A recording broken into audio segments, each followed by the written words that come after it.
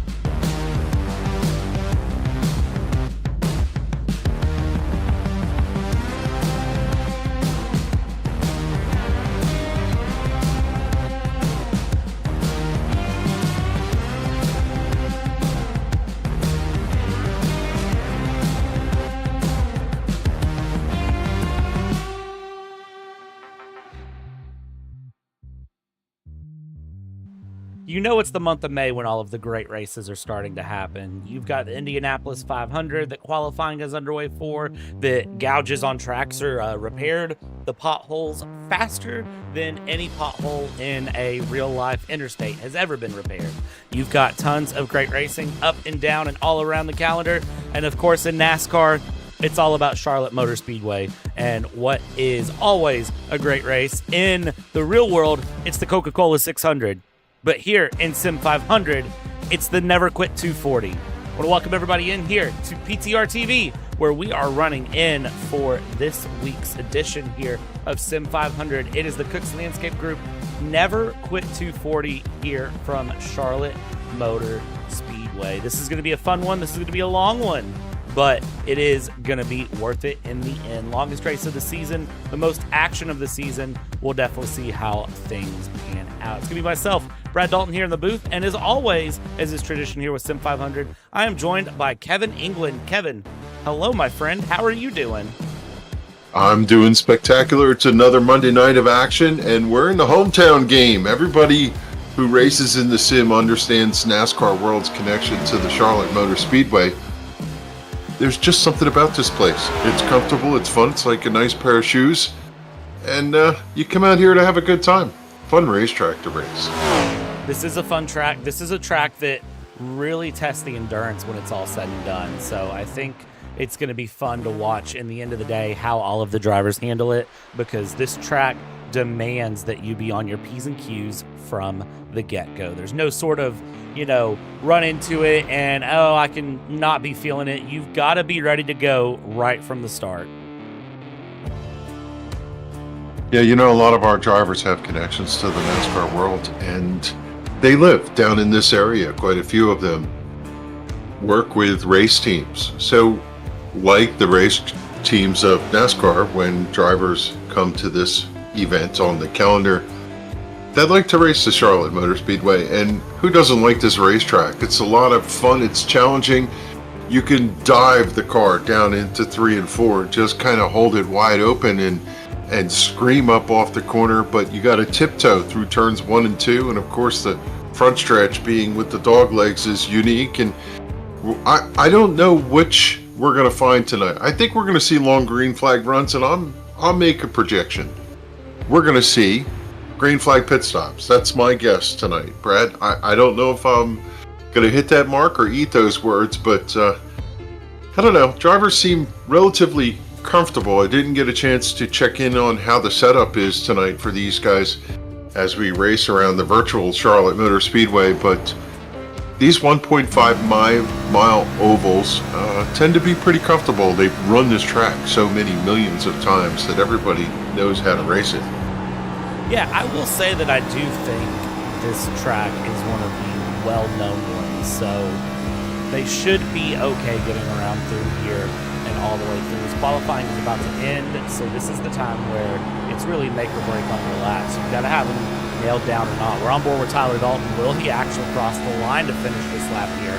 And will he beat Comstock? And right at the line, not able to do it. And right as he does, qualifying ends here. So now we hit the 5-minute warm-up session where everyone kind of just acclimates. Now, everyone spent some time running through practice today. I know I usually tune in to the children and just see how Schildhouse is feeling. Of course, whenever you are a David Schildhouse and you've had such a great run on the season so far, it's been a very, very well-fought season for him. I tend to tune into his streams for a little bit while I'm getting the stream set up because it just gives me an idea where his mindset is at, what he's looking at, what's going to be going on. And even he was saying, you know, on the long run, the car seems to be doing pretty well. And this is one that he's feeling confident on green flag runs and seeing, you know, hard-fought battles on track through the series. So, you know, when he's feeling good, everyone's feeling good. And here we go right here with Mike Montesi, I believe, practicing a green flag stop. Yeah, Mike brings his car down pit road. He's going to be running at 45 miles an hour, dropping into his pit stall. A lot of drivers during this practice session make a point. Take a lap or two around the track, drop off of the banking over there in turn 4, run down and check out where their pit stall is based on their qualifying run. Sometimes you look at the openings in the wall of pit road and you get a reference as to when you should turn in. And it's always nice to look for your sign and your pit crew, if you have them painted up in the sim, to get a sense for that first pit stop, whether it's under yellow or green, to know where they're at. These drivers right now shaking off the rust. You know, that's the one thing, Brad, like the real series, when you go from track to track to track, every track has its little difference, and I think a lot of drivers really take the time to run as many laps and get their shakedown as they can to see where they can push the limits, what the tire wear looks like on long runs, what the temperatures look like, how's the draft working, where's the tire wear going. I know that even this last 5-minute practice right before you're going, this is where you get your game face on, so to speak, and I think these drivers are just doing their last-minute shakedowns before getting ready to do battle here for 160 laps at the Charlotte Motor Speedway. Yeah, this is going to be a good one to watch through and, you know, kind of see how all the drivers get it together. The 160 laps with no stage, full fuel, fixed setup, 4 set of tires as well. Randy Yoakum is going ahead and testing out that pit wall and that pit entry. Doing pretty okay there, I'd argue, getting through. Cody Harris, this is a driver worth mentioning there. Cody kind of got a bit of attention after the last race and is definitely going to be trying to fly under the radar as we'll check myself here and make sure that I'm not giving Cody anything. Yeah, Cody Harris was disqualified from last week's race and was put on suspension till the end of the Cup season due to an intentionally causing a caution. So Cody, a fast driver, going to have to keep the P's and Q's together here for the weekend. Yeah, these drivers do adhere to the rule system, probation, and other things that go on. They also get penalized for incidents on track. So, you know, there is a little check and balance system. I was watching Trey Edson out there tonight running the Joey Jattina number 14, different colors on that car tonight as the Bass Pro Shops Tracker Boats paint scheme running for the number 14 Joey away for the week, and he has Trey, a past champion and multi-time winner in the series. Good person to put in the seat if you're going to take a week off. And I see Trey popping in and racing in the other nights. You know, Sim500 runs several nights a week, Wednesday nights, Sunday nights. You can come out to sim500.com and sign up. All of the races, as far as I know, are broadcast like this one, and it's a fun place to race, and you certainly will see Trey Edson out there running on different nights, and it's good to see him pop in every once in a while on a Monday night and get his opportunity to run with the stars of Sim500. Yeah, he's definitely consistent running through. So remember, when you have a sub, that can still help your points. And there is $50 on the line here tonight as we go. So Cook's Landscape is also calling this the third bonus race of the season. So $50 coming out to play for the winner. So you definitely want to be on the P's and Q's when it comes around. Qualifying almost over here, and that will get us set up and ready to go for this race. And as everyone pulls in here, warm up. Well, I said qualifying almost over. It's warm up almost over, but that will get us ready to get set up and go for this race. And as that happens, well, that's going to get us together for your run through. And again, if this is your first time here at PTR TV and you like what you see, make sure you like and subscribe. We're on the mission for 1,700 subscribers. We're at 1,650. Just need a little bit of help to get the rest of the way there. But for the Never Quit 240, it's time to run down your PTR TV starting lineup. And here on pole, well, it's David Comstock, a name that is different here, with Chad Coleman in second place. From there, it's P3 Bentley Glazer, with P4 of Kyle Trudell in the number 7. Fifth place here on the night, Jason Pick. Justin Fuller in sixth place. Anthony Calantoni, P7. Robert Fryery, the third, in P8. Eric Arnold, P9. And Troy Hatt in P10. Charles Wood's going to start 11th to his outside. David Shieldhouse in the 20. 13th starting spot for Brian Macklin, with Glenn Campbell flanking him in 14th. It'll be the 43 of Sean Breitzman starting 15th, with Nelson Rivera outside row 8. 16th starting spot for the 22. Joe Hudson and Kevin DeBrown make up row number 9. 18th starting spot for the 93 tonight. Starting in 19th, Tyler Dalton in the 19. Joy Woods, 92, starts 20th.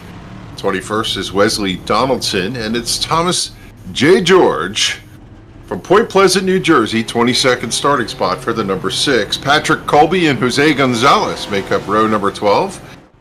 It is EJ O'Rourke and Trey Edson starting 25th and 26th. 27th tonight, Lane Phillips. Kevin Stone to his outside starts the 17 in 28th position. Bobby Wetzel, Alan Wild in the 07. Then it's Mike Montesi and Ron Hollifield starting 32nd. 33rd tonight, Mark Jorgensen Jr. with Cody Harris to his outside. It is Cranston, Rhode Island's Josh Parker starting 35th, with 36th DeAndre Kane out of Texas. Doug Sigmund, one of those North Carolina plants, he's 37th tonight with Brian Wertman, also a North Carolinian. Randy Oakham starts shotgun on the field, 39th starting spot for the Virginia driver. 160 laps is the action tonight. And I'll tell you what, these drivers have done all the practice, done the qualifying, and they're just about to turn that pace car left and turn it over to the field. We're going to go green for the Never Quit 240 for Barry Stevens. Thanking him, a sim racer that we have, races with us in Sim500. Not here tonight, but in memory or in honor of Barry Stevens, who's has some health problems. A lot of checkups here on that start. Brad, I saw a lot of snaking back and forth of drivers getting nervous, trying not to run each other over as they head off to turn 2 into the backstretch. Yeah, and as we get going here, everybody doing a pretty good job getting it underway up front. David Comstock holding on here.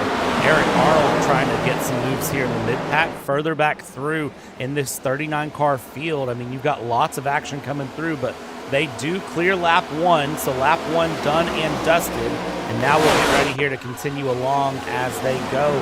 Keep an eye on up front, Bentley Glazer and David Comstock. That'll run through. And you know, we're racing into the night, as is tradition when you come to Charlotte. You start out in the day, and then you race through into the night. And here's going to be the interesting thing for me here, Kevin, is that as the nighttime comes, I think these cars are going to get a lot better to handle, and everyone's going to have a lot better of a time as we've got battles here back in P13 currently for Brian Macklin, Nelson Rivera, and Thomas George battling it out.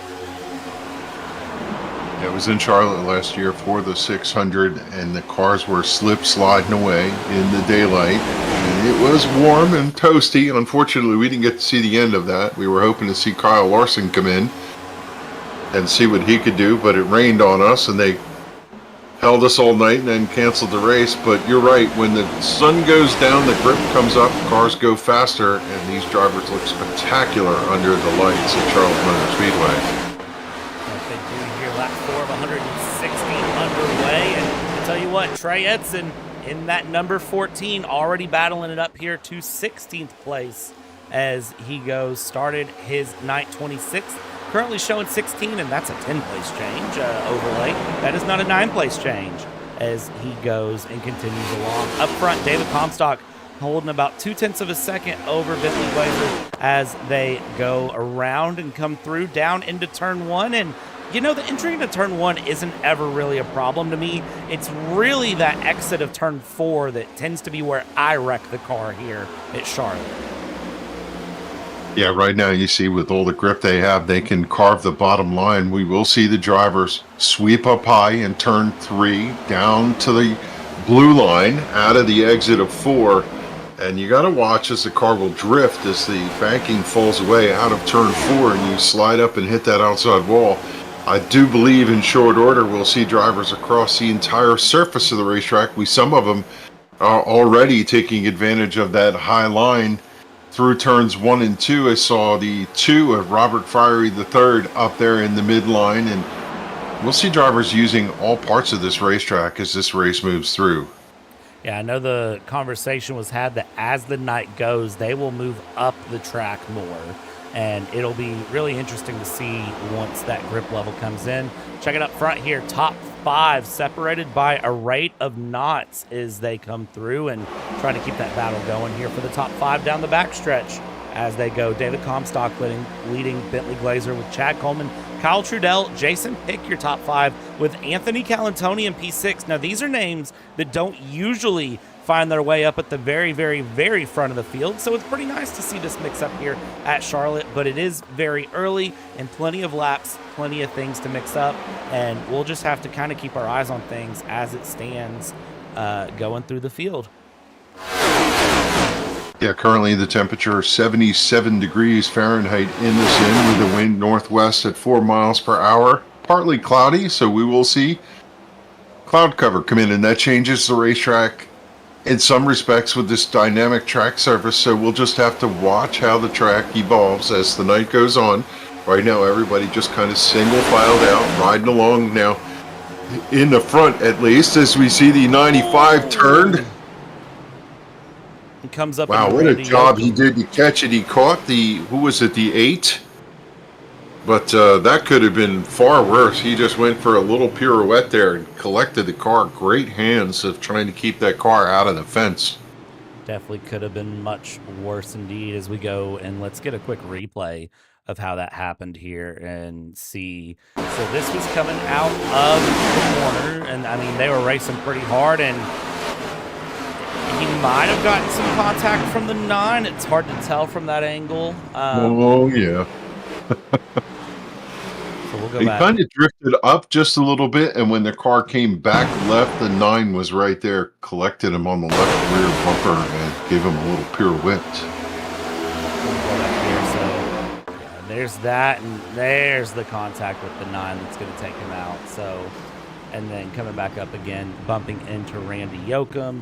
Not where he wants to be, but thankfully it looks like not too much damage there on that 95 of Cody Harris as we go through. And if you're wondering where Schildhaus was, well, Schildhaus is back in 33rd position currently. So looks like he did not have the best time there on lap 1. He's down 21 places on the day, started in 12th, and it looks like he is just going to ride in the back for a while. But that's always a good option whenever we're into a very, very long race. There's a lot of cars coming in the pits for us to be this early in on the race.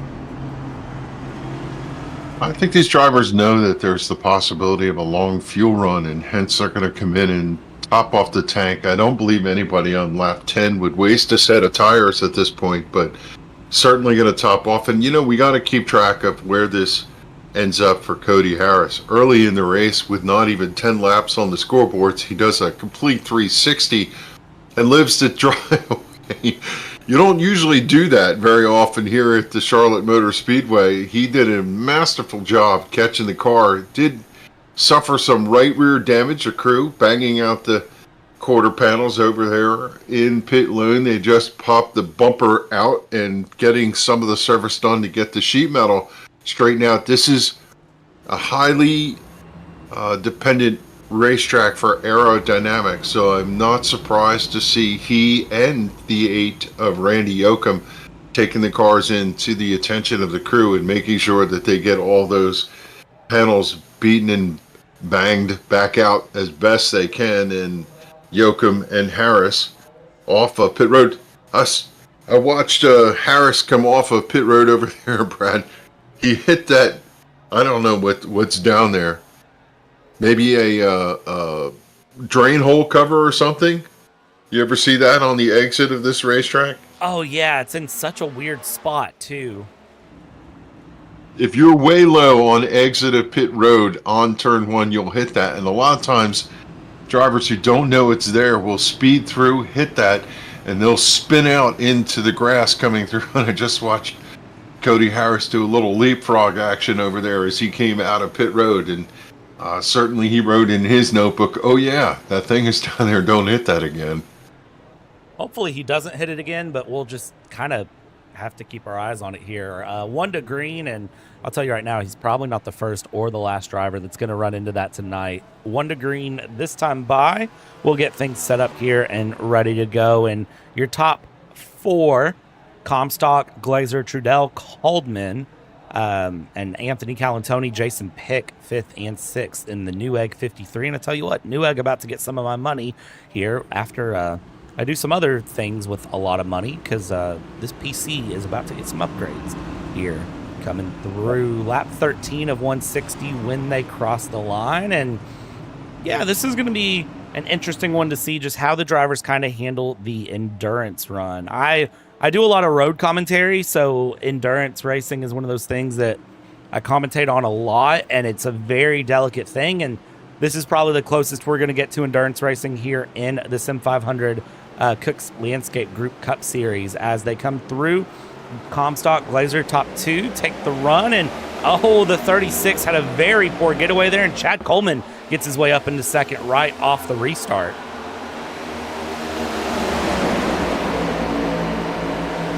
Everybody kind of minding their P's and Q's here for this restart, but they know the restarts are the opportunity to gain a couple positions. I wanted to come back to Jason Pick in the 53.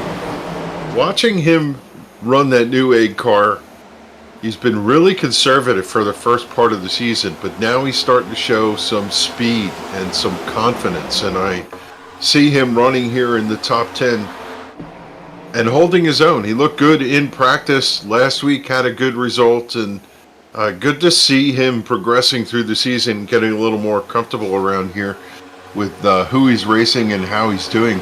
Outstanding job by Troy Haight, too, the newcomer in the 46 Camaro, to his outside as they roll out of turn number 4. You got to be careful up there that you don't slide up and brush the wall. And I see the hard charger of Eric Arnold sitting there in that 7th position. Eric is a guy who always has a lot of short run speed.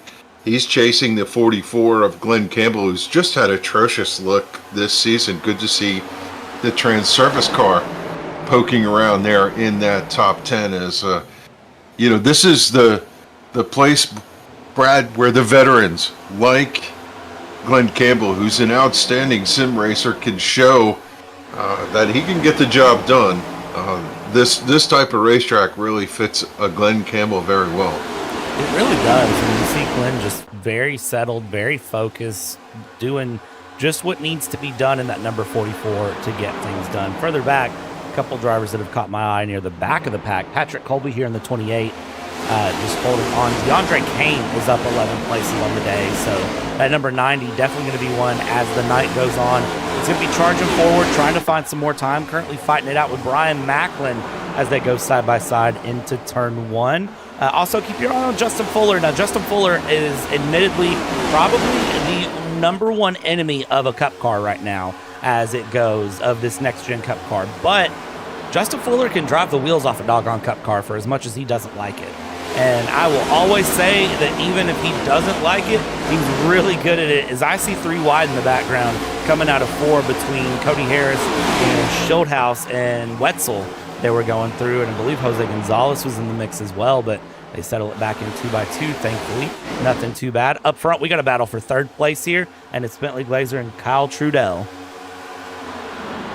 Yeah, Trudell in the Extreme Motorsports Toyota down low. That car is like gleaming, shiny. He and DeAndre Kane sporting the same paint schemes out of the same stable. He's hunting that low line, just looking for clean air on the front end of his car. He's got it right down on the bottom of the line and on entry and exit, trying to get air and also leave room to the 36. What a run off of turn 2. The 36 got Glazer, drove right up to the back bumper of Chad Coleman, who is another one of those veterans.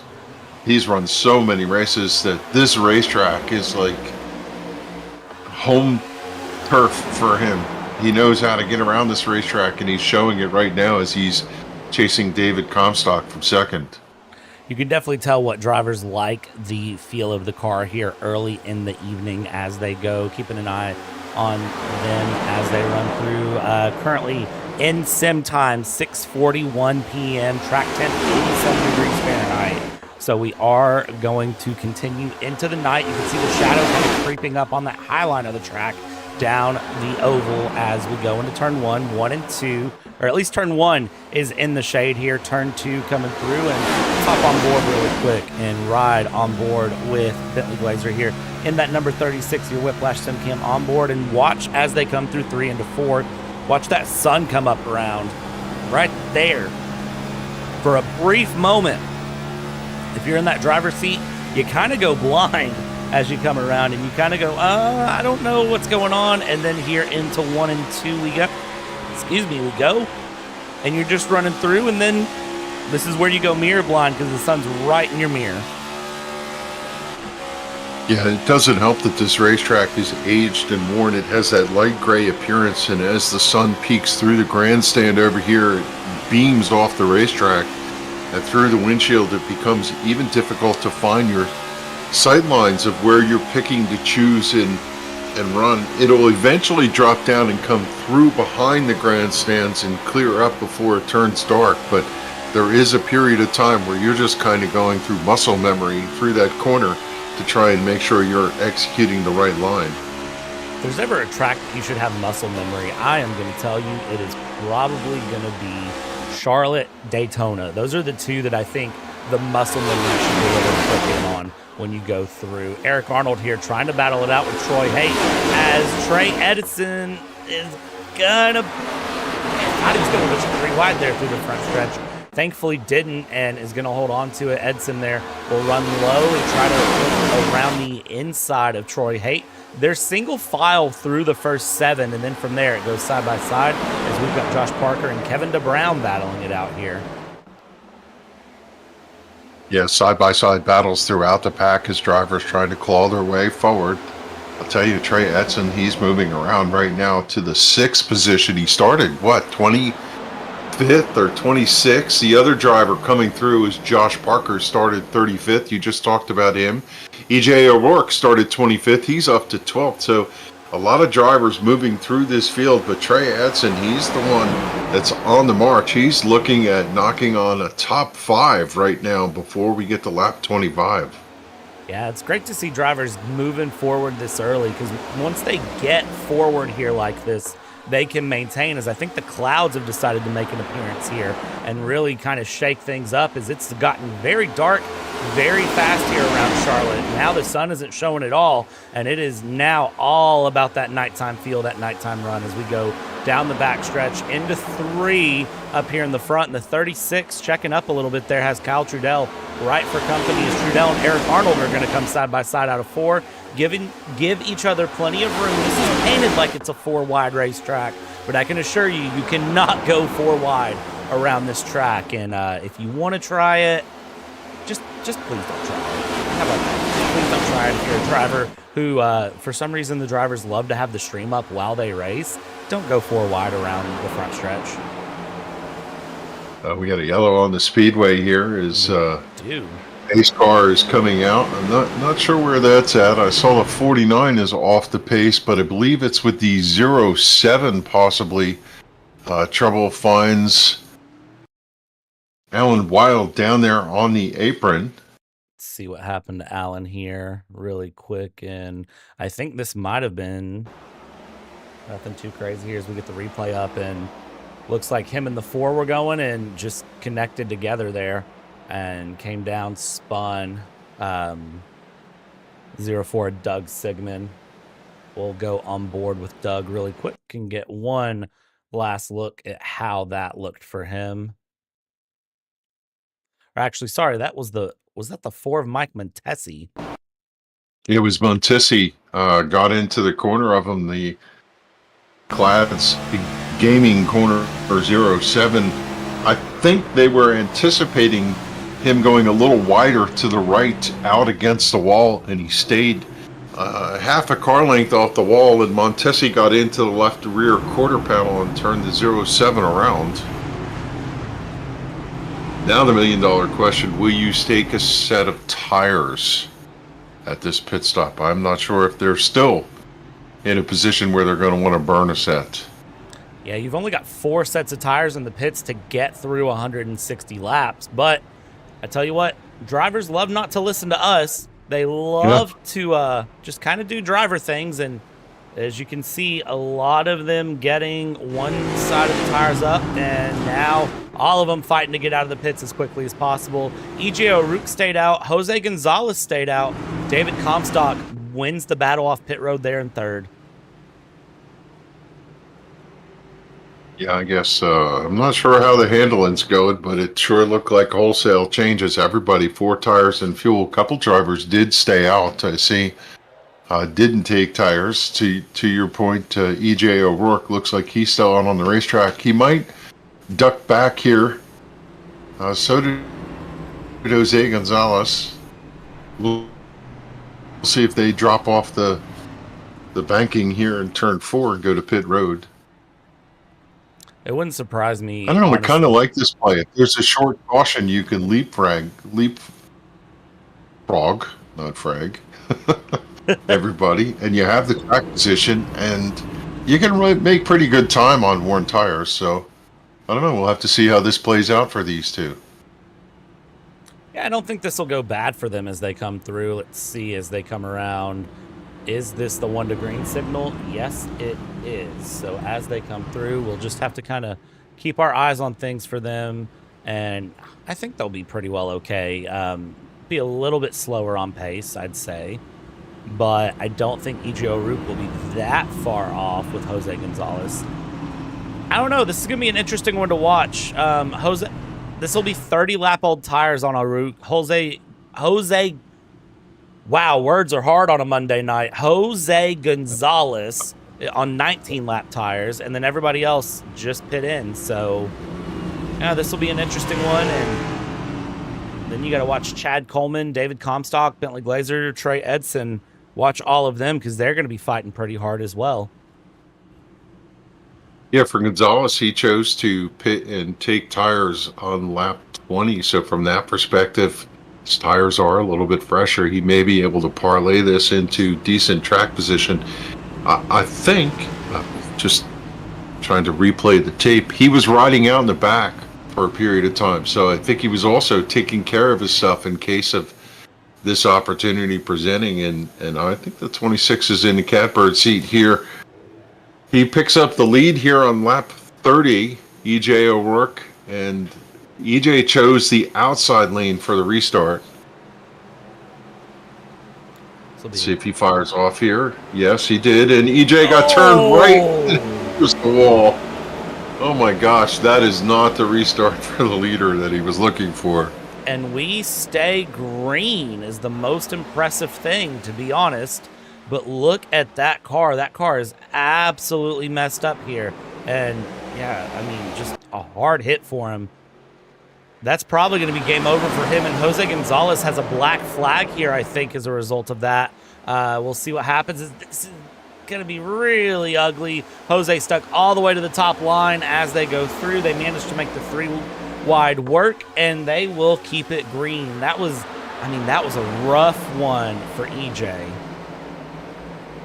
Yeah, I have to wonder if he spun the tires and then that let him back up and get bumpered and turned right there. But he continues to soldier on right now. He's out on the racetrack running behind the field. He's going through turns 1 and 2 while the leader is going across the line as he exits too. So he's the one looking for an early caution as Chad Coleman has picked up the lead here. And did the 26 have to go to pit road? They can clear errant black flags from an administrative standpoint, and they certainly would understand why the incident with the 41 could lead to an errant black flag. And I see Jose has maintained pace as the 41 drops off and goes to pit road for service.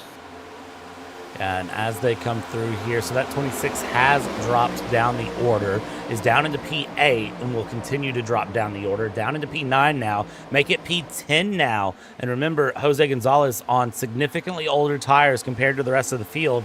And, well, this is the difference as they go through, as we have a battle for the lead coming up here. The 38 of Chad Coleman actually trying to go around the 60 there, and actually I believe the 60 is the 81 of Josh Parker, and just showing up as the wrong number. That is indeed what it is here. So that is Josh Parker in the 60/pseudo 81 going around, battling it out for the lead with Chad Coleman as they look to go through, and Trey Edson in third place as they come around. Eric Arnold battling it out with Kyle Trudell going around in the background, and they keep the fight moving as Mark Jorgensen here.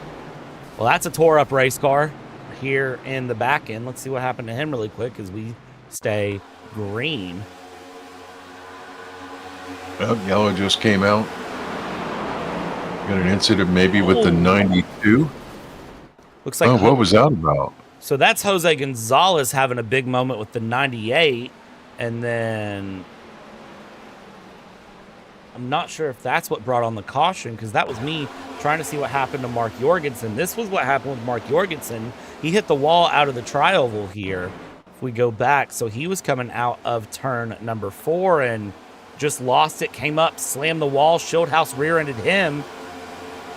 But I don't think that's what the caution was for. I think the caution was actually for this incident coming through with Jose Gonzalez.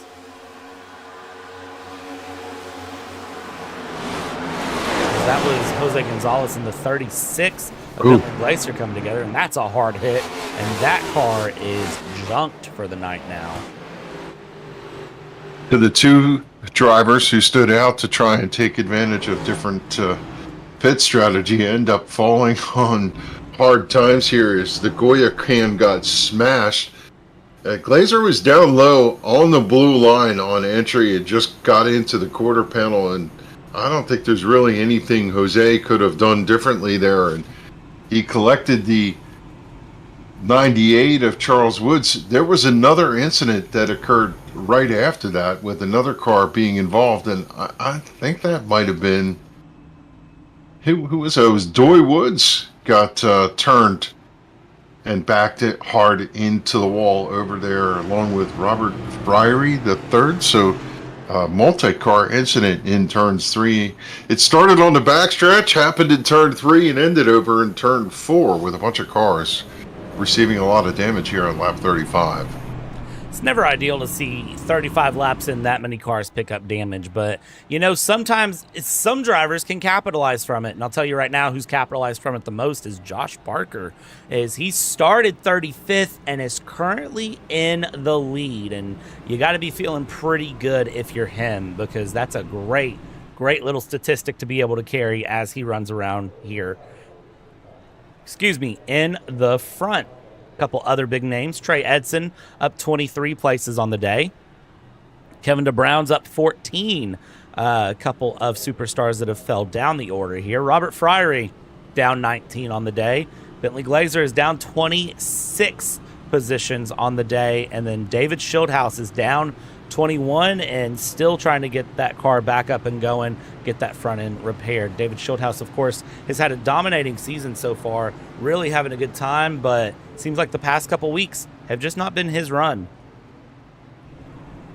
Yeah, it's been a little bit of climbing the mountain and falling down the mountain for David Schildhouse. He's been running out in the 30th something position for most of the night, but plenty of laps here to get the car serviced and fixed, so I suspect that we should not count him out as I know the 81 looks like he's in the wrong paint scheme, but he has Chevalier on the car. You know that chocolate? It is mucho goodo, Olato. Love it. I absolutely love it here.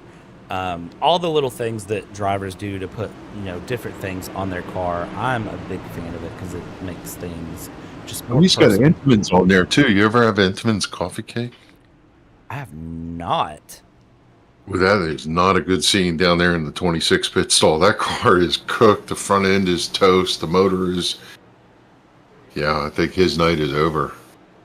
It definitely is. Unfortunately, that is probably the first of several retirements we'll have here, as I see about 5 cars that are done and dusted for the night. But Josh Parker up in front, going to be the leader, going to take us to the green flag. Chad Coleman real slow to get away. That outside line has not been able to get going at all tonight, and that's going to be a problem for him, as he'll get passed by Kevin DeBrown down the inside. He might lose more positions than that too, as we have Eric Arnold in that 31 trying to make a move down the inside. Will make a move, and Chad Coleman on the restart drops from 2nd to 5th and maybe gets 4th place back.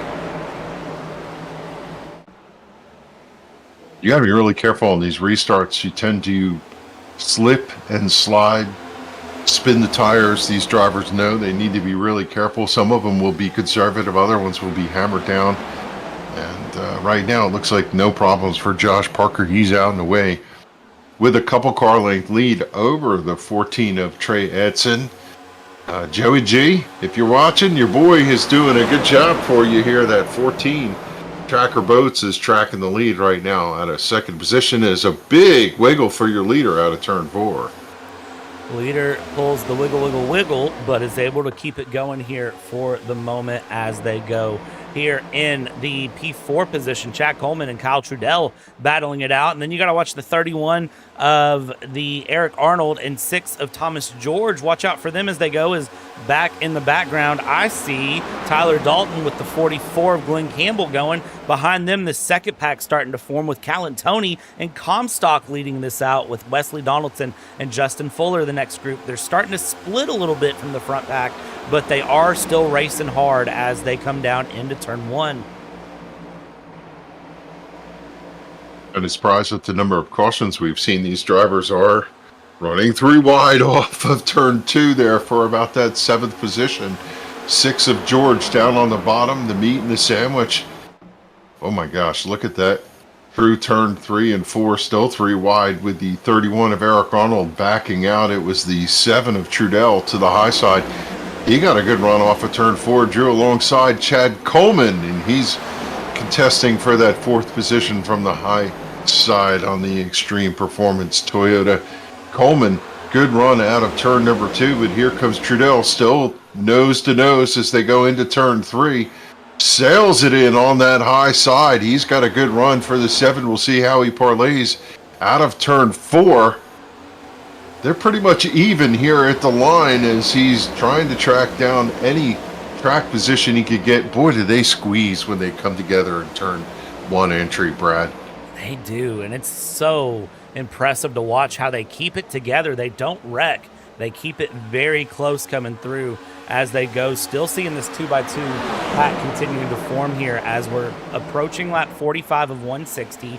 Back on my back-end software, I am estimating, if this thing stayed green to the end, another 59 minutes of racing. And I tell you what, if you're a driver listening right now and you hear another 59 minutes of racing expected, they're probably sitting there thinking, oh man, how am I going to survive this? But it's a war of attrition as they continue along here. It's now 7:15 virtual sim time as you see Macklin trying to look for a move there with Tyler Dalton to the outside, still holding that 2x2 that they have loved to do so far and come through. But up front, Josh Parker just trying to stretch the lead a little bit from Trey Edson, and Trey Edson holding on to a very good 2nd place, as it seems like once we hit the 2x2, drivers are having a hard time figuring out where to go to get past once they end up side by side. It's difficult to execute a pass from the bottom as you're pinched down. You're not able to let the car roll up out of the corner. You're kind of holding it down and not getting all the speed that you can, and that makes it difficult to forge your way forward. And as soon as you get 2x2, you really can't go anywhere because there's a car in front of you and a car to your outside. It's almost like big track racing, you just can only look for the holes and see if the opportunities present. But you get such a good draft down the back straightaway here that a lot of times on entry of the corner, you have to make a decision. What are you going to do with it? Boy, I see some of these drivers way up there in that third line over in 3 and 4, making the high side finally work as the night progresses. Weather hasn't changed that much. It's down 2 degrees from our start at 6:30 and sim time. 75 degrees currently, and the wind west out of 4 miles an hour. I suspect as the sun goes down, it's going to cool off. We should get into the low 70s, maybe even high 60s by the end of the race. Yeah, and that's going to be real nice for the cars to see them run through. They'll get plenty of grip on the track. They'll be able to go very, very fast there near the end of this race. So just expect things to get even crazier, drivers to get even more confident behind the wheel of these cars as the race goes on. As they're into the wall, believe that was Brian Macklin in the 30 who had a tap to the wall, as Kevin DeBrown gets passed by Chad Coleman, and Justin Fuller in the 51 trying to find a way up the high line to go 3 wide. The 6 there of Thomas George back behind, continuing things through and around yet again for another lap. Lap 49, lap 50 now on the board as they continue to battle. Look at the battles further back through the field because there is action everywhere to be found. This 53 of Jason Pick and Alan Wild in the 07 going through and going side by side trying to find a move, and in front of them Kevin Stone and Wesley Donaldson continue to battle. This is back for P20, and there's still battles even further back. Behind them, Patrick Colby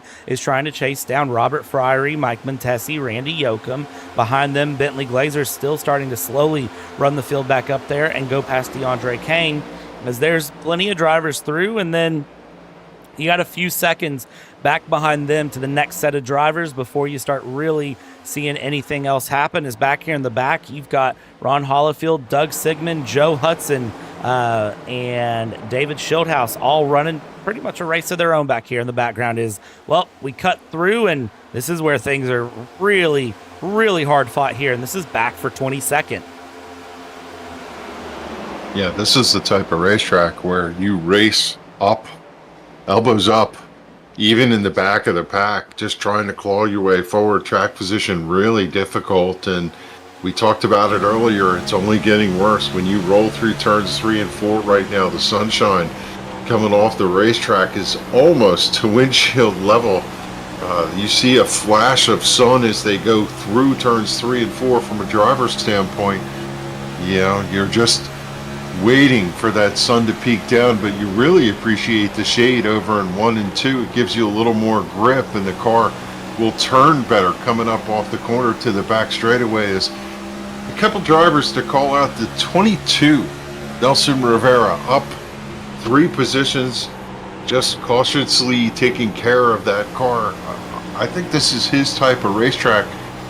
I'm not sure what the situation is for the 91. You were just talking about Wesley Donaldson running back there in the 17th position. We're used to seeing him somewhere in the top 10 tonight. Brad, he's only come through a handful of positions, started 21st, currently running 17th. I would have expected to see a little more of a charge out of the WBD Diecast Chevrolet. Certainly plenty of time for him to make a charge, but I will say it is slowly running out here as we go. Lap 55 of 160 now complete. So I think just steady and consistent might be the key for this race. And again, once that sun completely drops out, some drivers will come alive much more than others, as that's a hard off the track of Eric Arnold. Oh, and there's the 30 of Macklin coming through. The 91 got collected. Oh my gosh, that's a pretty big hit for a couple drivers out there on the back straightaway. That was a very big hit here as we get a replay of how this one's really ran. So the 30 came down into the 31, and then unfortunately for that number 31, and then the 30, hold the brakes, rolls back up. The 91 gets taken out. The 43 and the 53 there. That's a lot of cars involved here. We'll get another angle of this one really quick and see if we can't get a good blimp view of it as they come through. So here it is.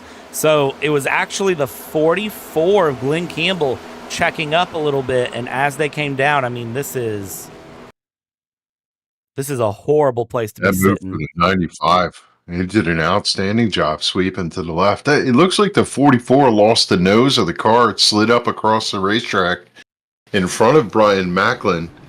And Macklin tagged him with no place to go when he lost a little speed. And unfortunately, when cars are sliding flat sideways across the backstretch, there's no place to exit here as you come off with speed to the straightaway. Lots of cars getting beat up here today hard as they go through. Kevin DeBrown is going to stay out, though, here as we have many other drivers going through. Kevin DeBrown pulling a Houdini, but I promise you, Kevin DeBrown in that number 93 is there. Comstock, Coleman, Trudell, Glazer, Pick, Fuller, tons of cars into the pits right now as they run through. And Tyler Dalton, first car off pit lane with a 9-second pit stop. Have a feeling that was a right sides only call. Yeah, I was just going to say before that yellow came out that we had a couple drivers who didn't pit on that last go-round, and they were doing an alternative tire strategy, but this time by, I see pretty much the entire field went in to get service. I have to agree with you, Tyler Dalton, king of the two-tire change. We'll have to see whether his crew really did that, and what's going to happen here with Kevin DeBrown. He's got 29 laps. He's the only driver that stayed out, so I don't like that situation for him. That's going to be a tough one. Yeah, I don't know. We saw what happened last time we had a driver stay out. They ended up in the wall before we could even get going, so I don't know that I like that at all. But it's a decision, I'll say that. I don't know that it's the preferred decision here as we run through. A hello to Joey Jatina in Facebook chat. That's one we don't usually see a lot of love on, but Joey Jatina chilling with us on Facebook said he just landed back in the USA and go number 14. Well, I'll tell you right now that number 14 is in a good spot here. Started out in P26, currently running P4. Got to be pretty proud of that one. I'll tell you, look at that 17, the hit that he took. He was just trying to dodge cars sliding up off the racetrack. He clipped the 30 and nosed the front end. The hood was flapping, and that car really took a pretty severe hit. The Ingersoll ran forward, got crunched severely, and he's going to sit there for a while to get that car fixed. As there were some big hits over there on the backstretch. There were some huge hits there for that backstretch spin, but drivers will reset here. We're lap 58 of 160. It'll be 59 when they cross the line, and now we're going to be going under a century to go after they get this next lap underway. And from there, well, the time continues to go through, the track continues to grip up, the night continues to come through as we're now 7:35 p.m. in sim time. Time is advancing a little bit faster than real life, so that does help out for getting them into the nighttime quickly. Partly cloudy, 74 degrees Fahrenheit here, and let's see how it handles. Kevin DeBrown up front with Tyler Dalton. Outside line has had its troubles as they go. And there's the jump from the inside, and Tyler Dalton was not ready for it. He drops 2 places. He's going to drop a 3rd place. He's down into 4th before they even hit turn 1. Yeah, I think that had a little something to do with Josh Parker. He tapped on that back bumper of that 93, gave it a nice little shove, and then followed him through. The two of them out to the back straightaway, as Parker may have given him the boost he needed for the lead, but he wants to lead this thing from the high side. The Josh Parker Mobile at a turn 4 going to take the lead. He'll be back to the stripe to lead lap number 60. Kyle Trudell getting around the high side there into 2nd place as Kevin DeBrown, Tyler Dalton still continue to battle it out. Watch Chad Coleman and watch that 14 of Trey Edson. His caution on the field. I believe that is going to be... Actually, I don't really have a good indication as to who that is that caused that one. Yeah, I don't either. As Parker rolls out of turn 4 to the front straightaway, you'll pick up the pace car for caution number 5. Probably someone got sideways in contact and they pulled the caution. But whoever it was drove out of it. We'll see if we can pick up where that yellow flag originated from. Yeah, I don't have a good indication of anything at all for where that was. Well, there's something. See if we can dig through and find it. It looks like that was a little bit further up the field. Um, yeah, I have no solid answer as to who that is actually causing that one. I see someone around sideways right here though, so we'll it is the '07 and the 2 coming together as we go through. So here's just your quick replay of how that one happened, and then just a hard hit there for them as they came through. And, well, it's always unfortunate to see that happen, but sometimes that just happens and comes through as we will continue to pace around this field. And as we go under the next caution of the night, we're going to step away real quick here and take a quick break here in the booth. We'll be right back with you. Industries across the board utilize fleet trucks on a daily basis, from your local utility company to your grocery store. And many of these companies choose full-service fleet leasing. With a traditional lease, you're responsible for everything after you get the truck. But a full-service lease includes all the maintenance and other services at a set cost. Regardless of the scope or range of your fleet needs, Transervice will engineer a fully customized, full-service fleet leasing solution optimized to your requirements.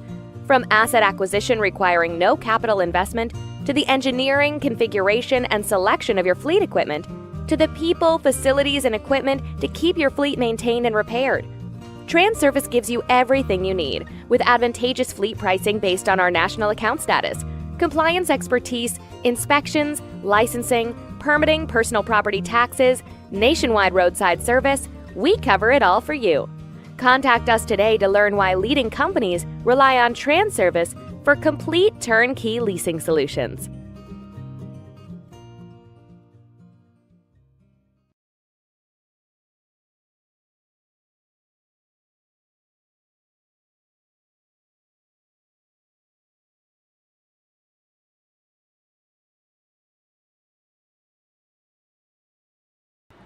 And welcome back, everybody, here to the Never Quit 240 here for Sim500 on PTR TV. We're on the 1 to green signal this time by as we go, and we are now passing into the continuation of this run. It's been a pretty wild one.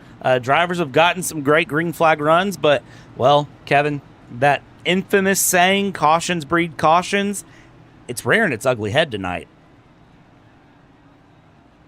Yeah, strange. Though we've seen a lot of attrition, and typically when a lot of cars are damaged or have problems, that sorts things out. We end up with green flag on the second half of the race. If you're a Brian Macklin, Kevin Stone, Charles Woods, Jose Gonzalez, Mark Jorgensen Jr., and EJ O'Rourke fan, tonight's not your night. These drivers have had severe contact, all of them multiple laps down. Mike Montesi and Alan Wild from that last incident lost 1 lap. It is Montesi in the lucky dog position as 31 drivers maintain lead lap status here on lap 63. It is that twilight hour. What a neat thing to see when you're at this racetrack and this time of night comes. It really does look this way as the drivers. This is the ultimate I can't see a thing through turn 3 and 4 time of the race when it gets to this yellow cast. We'll get things going here. Josh Parker in front, Kyle Trudell in second as they bring their way along, and we get this green flag going. A great jump from the inside again as Kyle Trudell not able to get going there, but does slot into third. Will hold off Tyler Dalton as they get this lap moving and grooving. And tell you what, let's hop on board here with Tyler Dalton to go through this lap, and let's see just how bad that sun's gotten as we go. It's now 7:47 virtual sim time. Here into 3 we go. And yeah, that sun really coming through. And again, this is on the right-hand side of the car, so this isn't even getting the worst of it. The driver's really getting the worst of it as they go. Continuing along here, lap 65 now started, and Josh Parker trying to just open up a little bit of a gap as they go 2 by 2 by 2 behind. Yeah, the long shadows make it difficult also to see the racetrack and the walls and the marks that you're looking for, but sooner or later the sky will turn black and then the racetrack will be under the lights and these drivers will just take a break. But right now, trying to judge distance from the car in front of you, car behind you, car alongside of you is a complicated thing. We still maintain green. As watching the 2 of Robert Friery, he was involved in that incident. He took the EOLL, which is end of longest line. That means he went voluntarily to the back of the field. We were talking, Brad, earlier about penalty system. That is one thing that they do here is you will claim if you are the cause of an incident and voluntarily go to the back. And for the custom carpentry Ford for Friery the third, he's got to carve his way back in to contention here as he's racing right now out of that 25th position. Yeah, and that's just a bit of a respect thing, if we're honest. Like, that is something that you should do as a driver. As we have a battle for the lead here, the 19 and the 81/60 battling it through. And can we just acknowledge that there's a Dalton leading right now, the Never Quit 240 as they cross the line? No, he does not get scored as the leader, but I spoke a little too soon. Maybe he'll get the lead here through 2. He does. Tyler Dalton, a very quick driver there in the WBD diecast car, and does manage to get it through 1 and 2, but loses it on the backstretch. Hard-fought battle for the lead continues. And, you know, again, though, on that penalty, on that taking the EOLL, I think it is it's just a very good thing you should do as a driver. If you know, hey, I screwed this up, go ahead and just take the run to the back of the line. This is one of those races where it doesn't affect you near as much as you think, and you can fight your way back through and take the time versus taking the post-race penalty that could be who knows what is. Josh Parker, we're running Charlotte, not the Indy 500, and you're in a NASCAR, not an Indy car. Yeah, right now it looks like the field has, knock on wood, kind of settled down. They've gotten single file, nose to tail. Parker leads over Dalton, and why have we not heard from Justin Fuller tonight? He's just mired back there in the 18th position. Started 6th, dropped back to the middle of the field. That's been the trouble spot all night long. I don't know if he got caught up in any of these incidents and maybe has a little bit of damage, or he's just kind of pacing himself for the long run. But we have not heard any noise out of the Get a Unit Storage Toyota tonight. He's just kind of riding around in the middle of the pack tonight. I think, again, he may be one that's just waiting on the late run to come through. Schildhouse up into 14th place now. So Schildhouse has taken off the old lead weights and is getting things moving through. Cody Harris also trying to fight his way through the field here as he has moved up into now the top 10 as he gets past Nelson Rivera and chases through. Up front, Tyler Dalton still trying to put some pressure on Josh Parker with Trey Edson, Kyle Trudell, Chad Coleman. Currently your top 5 is Troy Hatt and David Comstock. Battle it out here. That number 46 up into 8th place, but a little bit of a gap is formed there to the car ahead. You were on the absolute cloud cover came over and just made the racetrack almost dark.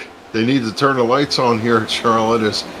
I'm going to run for Troy Haight in the number 46. He's up into that 8th position, just drove around the driver that led, a number of laps earlier tonight. David Comstock, your pole sitter, led the first 30 laps.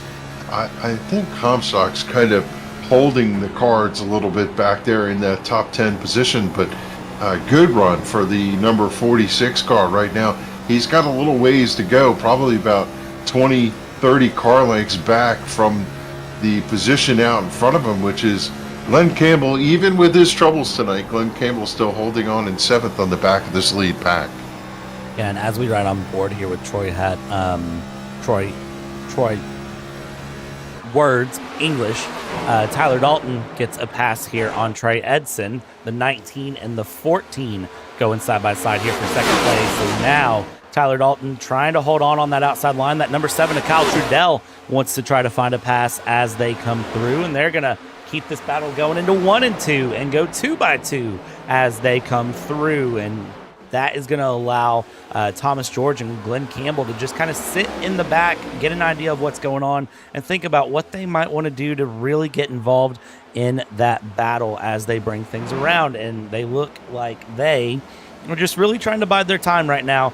Everyone really is, as this field has started to spread out just a little bit here as the run has continued. Yeah, Trudell's only made 4 starts on the season, but he's been pretty fast every time he's shown up, but doesn't have the results, so to speak, for it. 12th is the best finish. Wait, let me see if I got that right. No, finished second at Darlington in the April 7th race. So certainly showing a lot of speed here at Charlotte Motor Speedway. These guys are so on top of each other here in this front pack. It's just about generating the runs, Brad, and taking advantage of the energy. I mean, they run down this back straightaway. They're doing 190 miles an hour as they dive into the banking for turn number 3, and it just feels fine. You turn the car left and the car sticks and you roll through, and like we said on the outset, drivers are very comfortable, but they certainly are really wanting this transition tonight to take place, as it is almost like racing in the dark here. It really is, and the track temp and the outside temperature have come down a bit. It's now 8 p.m. virtual time, as the clouds now, I think, are parting ways as we go through. And that's a spin from somebody up front. Ooh. That's the 22 that hits the 28 there, and that was Nelson Rivera coming through with the 46. And that, ladies and gentlemen, will be another caution on the evening. What has happened there? Well, let's go find out really quick here and get a quick PTR TV replay, as it looks like it was actually the 46 battling with the 95 here as we cut back here from replay. And I think the 46 just came down. Yeah, the other thing that doesn't show up here is these dark cars on this dark surface. They're hard to see. They were just kind of squeezed together, running like against each other, going down the straightaway. And we were talking off camera about the connectivity of cars bouncing off each other, whether the spacing is right or not. But now the sun comes to fruition over the racetrack here. But I'm betting some of these drivers would really like to see the lights come on at Charlotte Motor Speedway. I would about guarantee they would. It would make everyone's life a little bit easier here as they go. So let's see what happens here. Lots of cars coming down into the pits, but a lot still staying out here on the front of the run. We are officially half race distance. 80 laps down, 80 laps to go. And as your field stands, Trey Edson, Tyler Dalton, Kyle Trudell, Chad Coleman, Cody Harris, David Comstock, David Schildhouse, Anthony Calantoni, Justin Fuller, Jason Pick. Your top 10 as they stand. That's an impressively stacked top 10 there to see as they go. And, well, Kevin, I have a feeling that top 10 is going to change at least a few more times through the night. Yeah, I have to agree with that sentiment. Is I'm heartbroken for the 22, just kind of pacing himself, and unfortunately when the 46 got yawed sideways, there was no place for Nelson Rivera to go, and got collected in that incident. Hopefully he'll be able to make repairs to the LaRue number 22 and get that car back out there. As we've seen some pretty banged up race cars, Brad. I don't recall so many hard hits at this type of racetrack like this, but there's certainly been quite a bit of extracurricular activity with the outside safer barrier here at Charlotte Motor Speedway. This wall has been busy tonight. It's been kind of impressive, honestly, to see how busy the wall's been as we bring the cars down. 1 lap to green this time by, in your top 10 here as they go. Edson, Dalton, Trudell, Coleman, Harris, Comstock, Schildhouse, Calantoni, Fuller, and Jason Pick will be who take on the top 10 here. Now, the question I have of the day is going to be this sun coming back out. Is it going to mess anyone up? We're going to hop on board here. So this is what it looks like out of 2 for our race leader, Trey Edson, in that number 14. but it's that exit of 4 that I really worry about for him, and we'll check that out when they get going closer to that, because that's really going to be what I think makes a big difference for them. As that sun continues to come down, we continue to run into the evening, and things are just getting ever so much closer. Now, let's get on board here with our race leader coming around, and we'll actually jump in the helmet cam, see what he's seeing here. Is the sun a factor? Yeah, it is, peeking right there through the grandstands.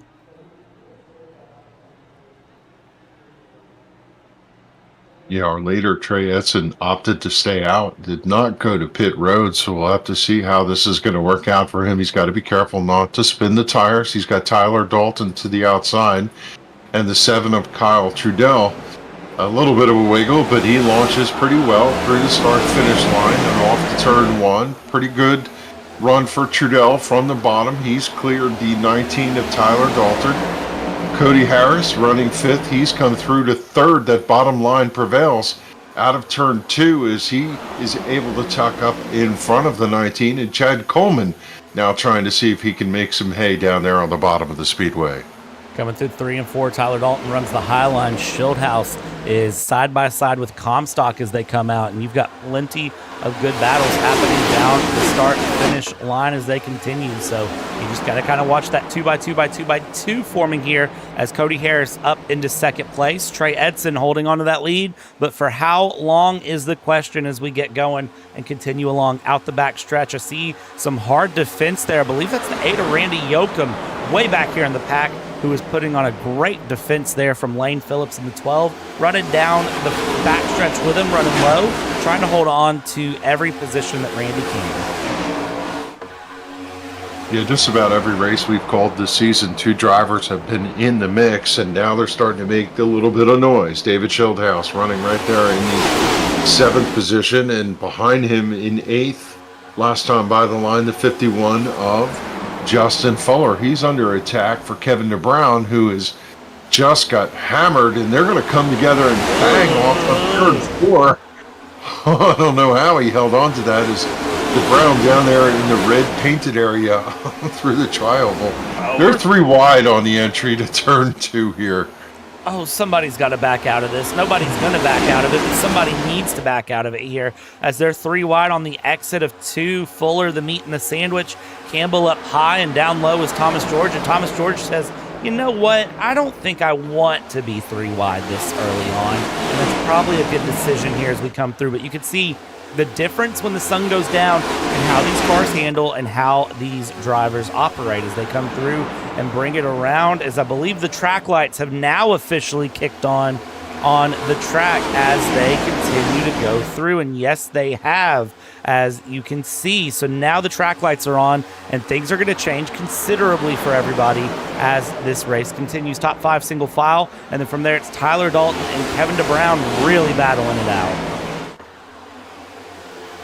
Yeah, there are battles all over this racetrack as drivers clawing for every position they can. Different pit strategies, too. We see the top drivers 31 laps ago, they were to pit road, but Kevin DeBrown, Glenn Campbell, Thomas George, those pitted 8 laps ago. Now, whether they took 4 tires, 2 tires, no tires, hard to say, but I'll tell you the driver who's having a good night, respectable night, is Anthony Calantoni, the Talking Giants driver. Has had some speed this year, but certainly not the finishes that he's looking for. And would love to see the Jersey guy get a good solid run and boost that confidence going into the summer stretch. It's definitely doable. It's just a matter of patience, I think, for him as we come through. Schildhaus trying to go up the inside of Harris there on the bottom of the screen where they still run 2 by 2 by 2 and continue to push that along, doing a very good job of just keeping those cars together up in the front as they go, as we are lap number 88 of 160 now. And Schildhaus, well, if you're a children watching this, you're probably going to be happy because now all of a sudden he's up into 3rd place, and he is going to continue to go as cars are starting to get loose off of 4 and really have a time. He gets a big pop from the 93 of Kevin DeBrown on the entry to turn number 3. He's going to parlay that to clearing for 3rd. And now he's under assault for Chad Coleman right out in front of him. And I'll tell you what, Trey Edson looks pretty good out here, comfortable in the lead. He rides up, sweeps out of turn number 1, down on exit to turn 2, out to the back straightaway. They will run high on entry to turn 3, get the car set right about the middle of the corner, turn down to the bottom of the racetrack, use all of the exit of turn number 4, cut down. I always wondered, what type of driver are you, Brad? Will you drive down to the line at the front, or will you run through the middle of the racetrack? For me, I usually like to be somewhere where I'm not having to make the decision to battle really hard. I usually am the driver who is very content running in the back of the pack and mid-pack and just picking up positions for the fact that I just didn't wreck. So these guys battling hard is well outside of my wheelhouse as they go here. Schulthouse side by side with Thomas George, with Glenn Campbell and Cody Harris behind as they come through. I mean, look at this as they run through. These guys they're getting feisty now that the sun's down and the lights are on. I think they know that things are coming through as we're going to be lap 93 next time by. Things have just about 30 minutes of racing action, but if you wouldn't know it watching them race, you'd think it's the end of the race as they come along. Yeah, the 95 unscathed from that incident, even though they had contact. He's running in the top 10. Unfortunately for the 46 of Troy Haight, he's had extensive repairs now, 13 laps back, and the 14 markers behind us. They're circling under green, and the 22 also severe damage. So we have at least 8 to 10 cars that have 10 plus laps behind our leader here. Is damage quite considerate from the many contact incidents we've had tonight.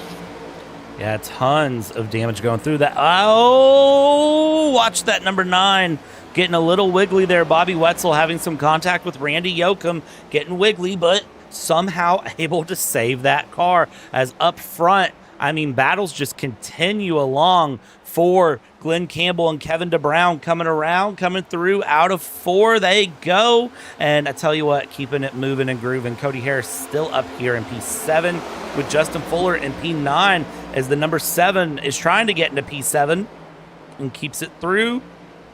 We might go 3 wide here, but we don't. Lap 95 now on the books is Thomas George has a run down the inside towards Glenn Campbell, looking for the lead here, these two, and does that pass clear? Well, for Glenn Campbell, the pass will clear, and as he comes across the line, new leader, number 44, Glenn Campbell. How about that? We talked about the veteran being able to get the job done here, and he goes to the front of the pack here, lap 96. I have to think that some of these drivers played possum, Brad. In the early part of the race, we didn't see anything out of Schildhouse. We didn't see anything out of Fuller. They're probably just riding back there, saving tires for the second half of the race. I think one other driver is on conserve mode right now. That's the 19 of Tyler Dalton. He's dropped back to the 18th position out of the mix, and I have to believe that has something to do with we didn't see any damage from him. So I'm wondering if some of these drivers are doing some tire conservation strategies. It wouldn't surprise me a bit, honestly. And the thing with Tyler Dalton is he started 19th, but he ran all the way up to the front, but now he's engaged Alicia Keys mode, as one Mr. Corey Silva likes to say, and is just fallen back here and is trying to just run through. So I don't really know what his plan is here, because it seems like if he's up in the front, he may want to try to stay in the front. Another driver that I think we need to keep an eye on, who is really starting to come into his own, is that 51 of Justin Fuller, now up into 5th place, past the 14 of Trey Edson, going through Sean Breitzman and Chad Coleman going side by side here, the 43 and the 38 respectively, as they continue this battle through. We're about to hit the century mark, lap 100 next time by, and currently Glenn Campbell leads Thomas George, Wesley Donaldson, Trey Edson battling it out here as they go through, and David Schildhouse, as you said, is now kind of waking up. I think he's decided to wake up and really try to get that number 20, that splash and go graphics moving forward. Maybe he wants to try to have another win here today and put $50 in his pocket. Yeah. we have to remember that these guys are racing for money, which is always a little extra incentive. As I tell you, it still feels like it's really dark. I'm waiting for the lights to kick in.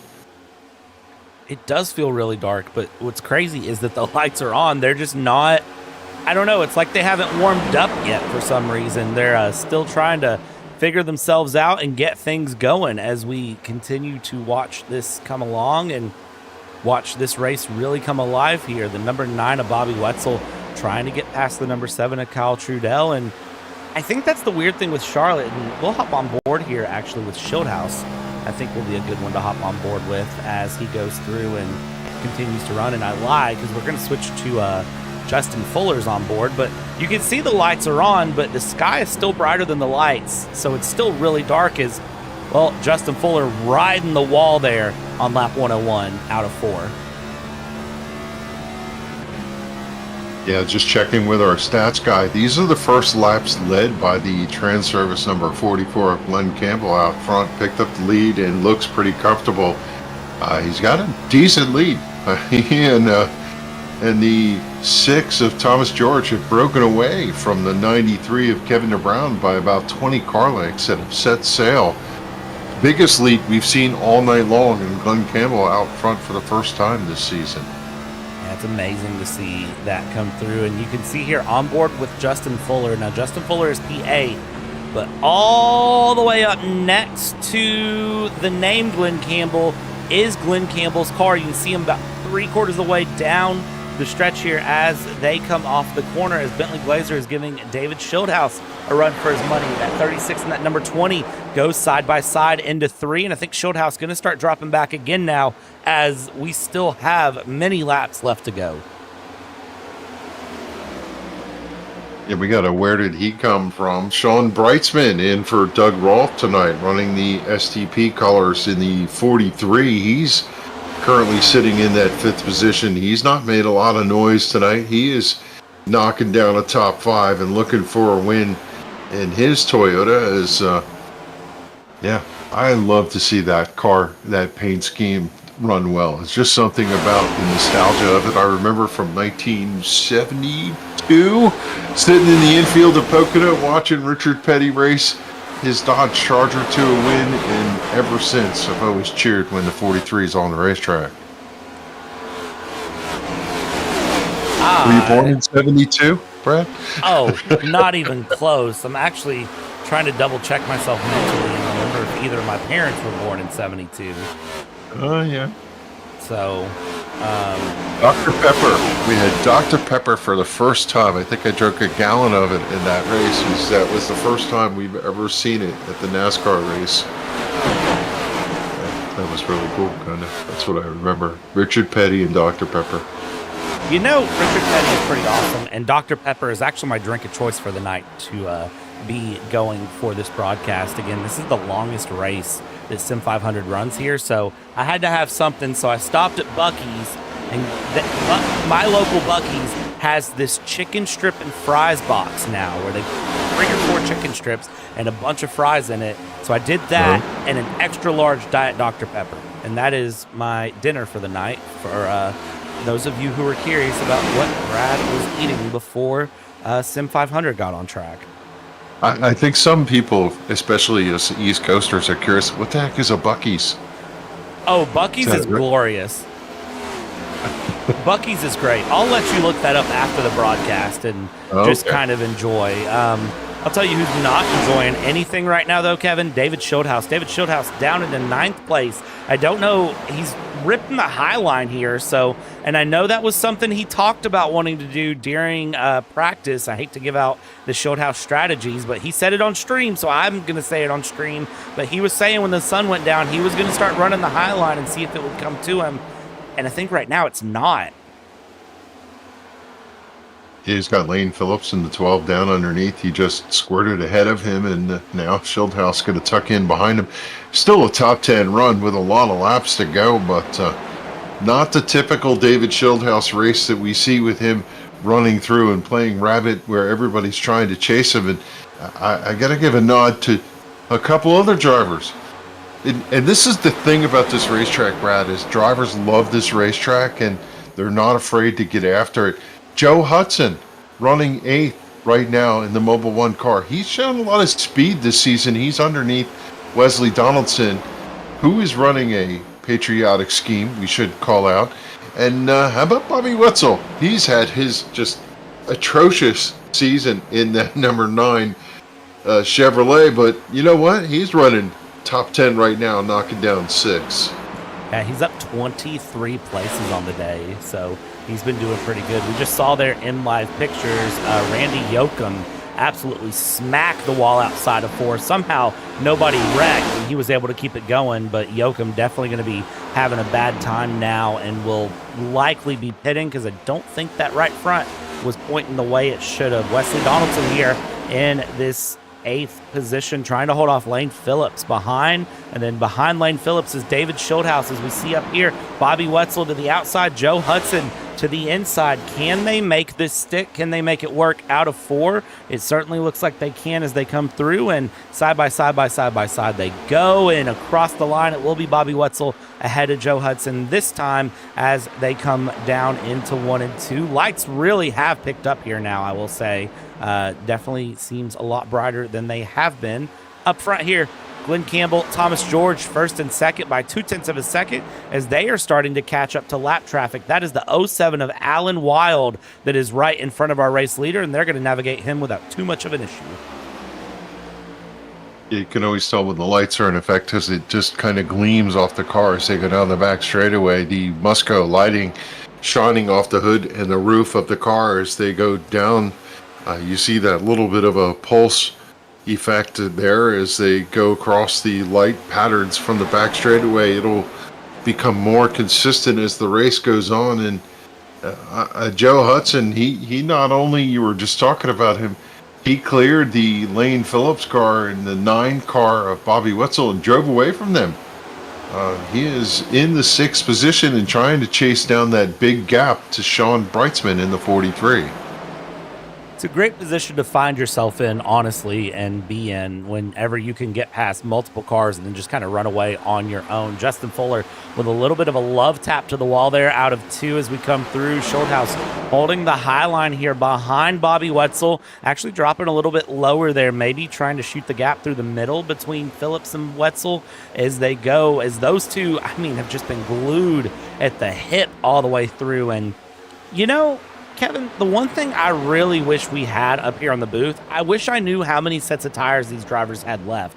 That is the one thing I don't know that I would love to know, because it really would give us a good idea of where some of these drivers stand. I think some of these drivers were really conservative early on in the race with what tires they took to help set themselves up for a better late race. And I think some maybe shot the gun a little too early and went a little bit too aggressive on the pit strategy. And now here in the end, they're going to have a long time to run with not near enough tires. Yeah, as I look through the pack here, the drivers in the top 8. Pit run is 37 laps. You go back to David Schildhaus with 55 laps. And then Donaldson 36, then 55 for Fuller, and everybody behind them is at the 60 mark. So a bunch of different tire strategies going on here, and that might explain why Schildhaus is just kind of riding right now. But I think when we saw, who's that on pit road? Cody Harris. Right side tires. Will he take 4 here under green? Yeah, 4 tires and fuel. So is he the first to drop off? Here comes the 20 of David Schildhaus going to pit road. So we're starting to see green flag pit stops. Green flag pit stop's not something we normally see. Trudell coming in as well back behind. So, hey, you wanted green flag pit stops here, Kevin. We're getting green flag pit stops. Schildhaus coming down. How does he stop in the box? It looks like... Bang. Perfect. Nailed it. Yeah, the 93 went to pit road at this juncture. So these drivers are saying this is it. This is the time. Everybody that I've seen so far taken... Yellow comes out. Oh, no. Now, will that trap? Yeah, I think DeBrown and Schildhouse are going to be a lap down. Well, that couldn't have come at a worse time for anybody here. And what caused that one? Well, let's go back and find it really quick as we go through. Something to do with maybe Cody Harris? I thought I saw him stopped on the back straightaway for some reason. So I'm going to play this. So this is Cody Harris all the way from his pit exit. And we're just going to let this one run. Oh my. Boy, that's got to be frustrating. Look how much the nose is punched in on that number 95. And we're going to take one more angle of it here as he goes through. I mean, he's coming through, he's coming around, he's coming around. He just gets a little bit high up on the blue line and it upsets the car. Tank slapper there, and then just bam into the inside wall. And yeah, that front end is gone. Gone, and a little bit more of gone. So that is what we call a heartbreaker and a half for Cody Harris. And Schildhouse, Kevin DeBrown, and Jason Pick are all a lap down. Wow. You know, you look at the 95 and you say, how could that be? Well, you got to get all you could get coming out there. And then he let it eat, and he just tapped the apron with the right size. It de-wedges the car, and it's so easy to spin and lose control. And unfortunately, that's one where he's really going to kick himself. But I bet a lot of these drivers are like, oh, thank you, thank you, thank you, thank you. As it is feeding time at the zoo down here on pit road. I mean, look at this as they exit out of pits. I mean, this is just an absolute doggone run from them as they go through. So, I mean, you can see everybody really coming through out on the backstretch. Just watch that exit there of 2 as everybody runs down and through. I think the only thing that will be nice is that while some of the cars that were a lap down, Kevin DeBrown, Schildhouse, and Trudell, they kind of get a pseudo wave around here because Kevin DeBrown right there, Schildhouse, Trudell, they should get waved around when we get 1 to green. So it's not necessarily a lucky dog, but it's to put them around into the back of the pack. They'll get allowed to pass the pace car that time. Lap 121 of 160 here. This has been an interesting one as we come through, and into the pits is going to go Alan Wild.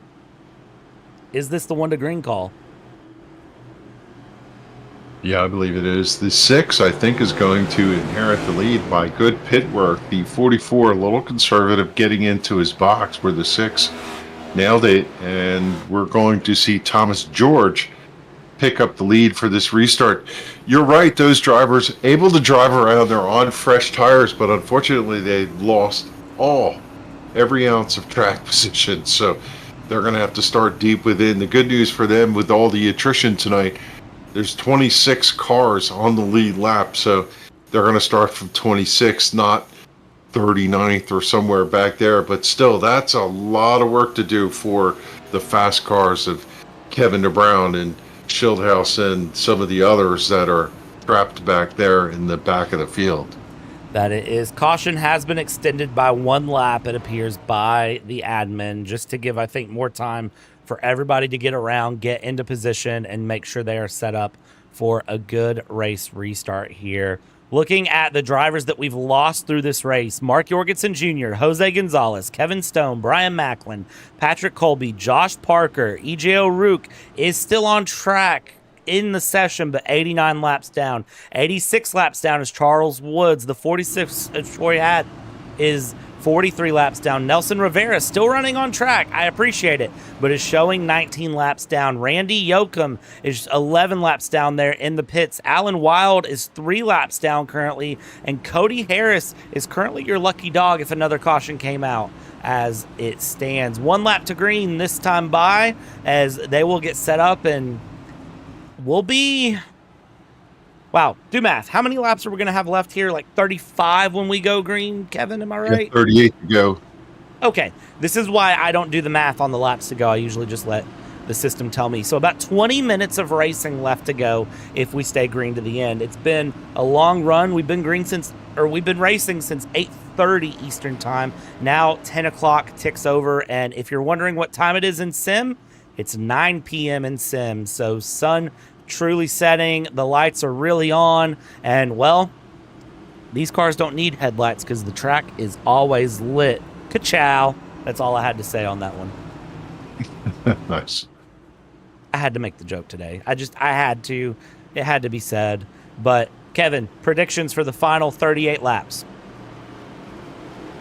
I'm sitting here trying to figure out fuel mileage. I have to assume they have enough fuel and they can run the entire rest of the race here. So now it's going to be bedlam. These drivers are going to run like there's 5 to go. It's a 30 lap short track feature here at Charlotte Motor Speedway on the 1.5 miles with Thomas George and Glenn Campbell out front. Who's going to win? I don't know.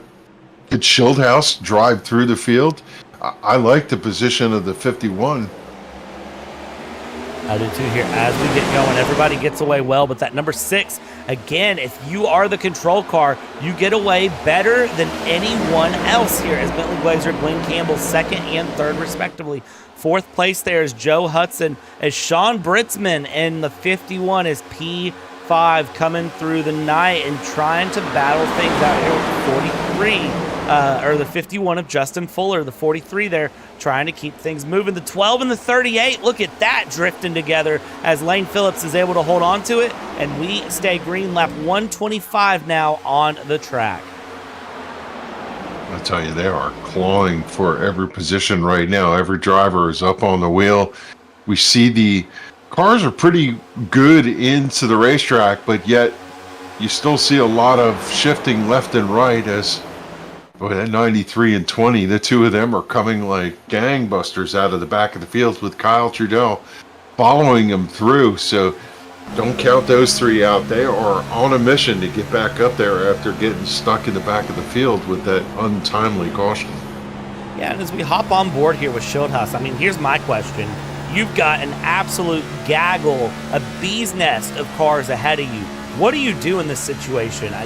The answer for me is one at a time. Just pick them off one at a time, but sometimes that is easier said than done. Is up front, the 36 and the 49 tapping their side-by-side on the exit of 4. They keep it all nice and straight, going through into 1 and 2. Keep the battle moving here as they go, because they've got tons of hungry cars behind them, and I know Charlotte isn't technically a super speedway restrictor plate track, but I still feel that weird tingling that you get with Daytona and Talladega when the big one is coming. Yeah, the temperature has dropped to 71 degrees. The track temperature is down, so these drivers also benefiting from a little bit of a grip. And you asked how the 20 is going to carve his way through. He's going to use the line blocker of the 93 as Kevin DeBrown is taking no prisoners right now, and Schildhouse is just hooked on him as the grip is up, so I think you have a little more security in the car for slicing and dicing and running a little tighter and trying to make these runs, get yourself positions. But make no mistake, Brad, the farther you go forward, the harder it is to make these passes. That it is, and right now somebody trying to make the hardest pass of all is that number 51 of Justin Fuller, up into 2nd place momentarily, back down into 3rd, and now looking to gun for 2nd place yet again as our race leader up front. Thomas George feeling the pressure as you've got 3 very fast race cars separated by just about nothing going into turn 3. Coming out of 4, Fuller running the high line, getting the run. The 14 slams the wall there on corner exit. That's Trey Edson. Take care of that car, buddy. Joey Jattina is going to win it back as they're 3 wide behind him. 43, 12, 84 running 3 wide. I think that's one of those. The 38 went out, hit the outside wall, and the 14 followed him in as the 44 of Campbell down there on the front straightaway or the backstretch trying to catch it. Did catch it, but oh my gosh, wow. Was that going to cost him? He might be all the way to the back of the pack at this point, but he didn't wreck it. And anything can happen with 30 laps to go around Charlotte. That was what I would call here at BTR TV the Ricky Rudd save of the race, because that was amazing. Chad Coleman here, Thomas George, and Trey Edson battling it out. These three keeping each other honest as now that's eliminated one of our big runners up in the front. And, well, who's in front now? Justin Fuller, leader, lap 132. His caution is out. And that's a big one in the background. Number 6 of Thomas George is around on the front stretch. Oh, my God. Yeah, George got snagged by the 44 coming out of turn 2 for the lead, and now he is caution number 8. His trouble has found him on the front straightaway.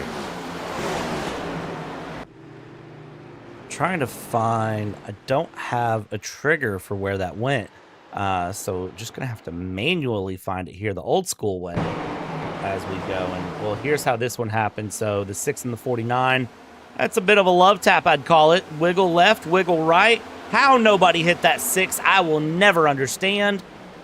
But locking it up, doing a good job there. One more thing I do want to show. That 130 of Glenn Campbell, this was his mega save a few laps ago as he came through with the 6.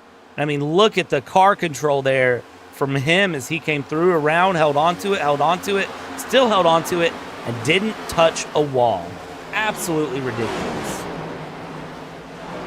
Yeah, it looked more like a drift event over there on the back straightaway for him. I don't know how he kept it out of the fence. And for the 6, same thing. That car was going down to the barrels on the entry to pit road, and George was able to hang the thing right. And this is twice tonight, Brad. We see a car spin on it's not straight, the front straight, and not hit the barrier. Not something you see a lot at Charlotte, but Thomas George was able to keep the original motor oil Valvoline number 6 Ford off the wall, and he'll live to fight again, but from the 26th position. Yeah, I mean, being able to fight another day, though, that's a big deal here because you never know what's going to happen as we go through here and around. We're under 30 laps to go. It'll be probably about 25-ish to go whenever we go through. Justin Fuller up in the front, and as a reminder, Justin Fuller started P6 up into the front. Your big gainers here right now, Lane Phillips, another big gainer. He started 27th, currently 6th. Tyler Dalton up 10 places. Wesley Donaldson up 11 places, up 20 places. Ron Hollifield, Mike Montesi up 16. DeAndre Kane up 20. Brian Wertman up 21, currently running P17 on the day. Brian Wertman has had an amazing Never Quit 240, it has to be said, running inside the top 20 with with what will be under 25 laps to go when we take the green. And for Justin Fuller, the 2 antagonists he had with George and Campbell are out of the picture. He has a completely new set of challengers right out of his rearview mirror with the 38. Tell you, Chad Coleman just has been hanging tough tonight in the WBD diecast Camaro, and he's got behind him Anthony Calantoni, who's still making his noise here in the top 10. So this will be interesting. Joe Hudson, let's see what he has. I don't know, when I see that car, it looks like it's tracking funny to me. I don't know why. It feels like it's tracking sideways. So maybe that car has a little damage? It definitely might have some damage here. We're on board with him now. Let's hop on board with the car behind him, Lane Phillips. There's something there to it, and I'm not sure what it is, but we'll have to keep an eye on it into the last laps of this race. We're into the thick of the night as it's now 9:15 p.m. and, well, it's 9:15 p.m. sim time, 10:09 p.m. in real life on the Eastern Seaboard. And I'll tell you what, Kevin, I think for this one, we go temporarily loud engines for this restart. How do you feel about that? I'm in, man. Crank it up. Let's go. Awesome. So enjoy this PTR TV temporarily loud engines as we get this restart going here this time by Justin Fuller, Bentley Glazer, Chad Coleman, Joe Hudson, Calantoni Phillips, your top 6. Oh.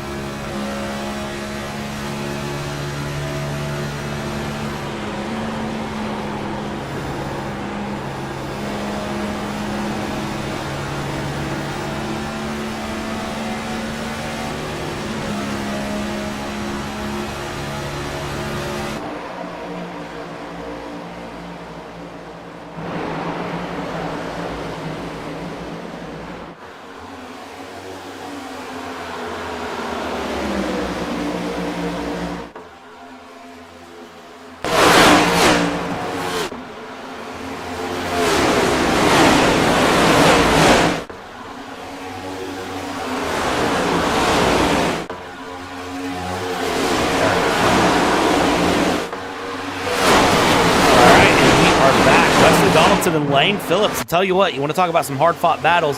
At 91 and 12, had us staying up back here in the booth, Kevin, as they were going side by side, hard-fought racing. These guys know they're down to about 22 laps to go, 21 laps to go when they cross the line, and they are fighting for cash here. I'll tell you, one of the things you do on entry to the corners is you slide up so you can get the turn down, and these drivers have come up and banged doors on entry quite a bit. We saw that with a great save from Wesley Donaldson over there in turn 3, and I love this run for Ron Hollifield running in 10th. The Caterpillar number 25 Camaro looks really sporty tonight. He's following David Schildhouse.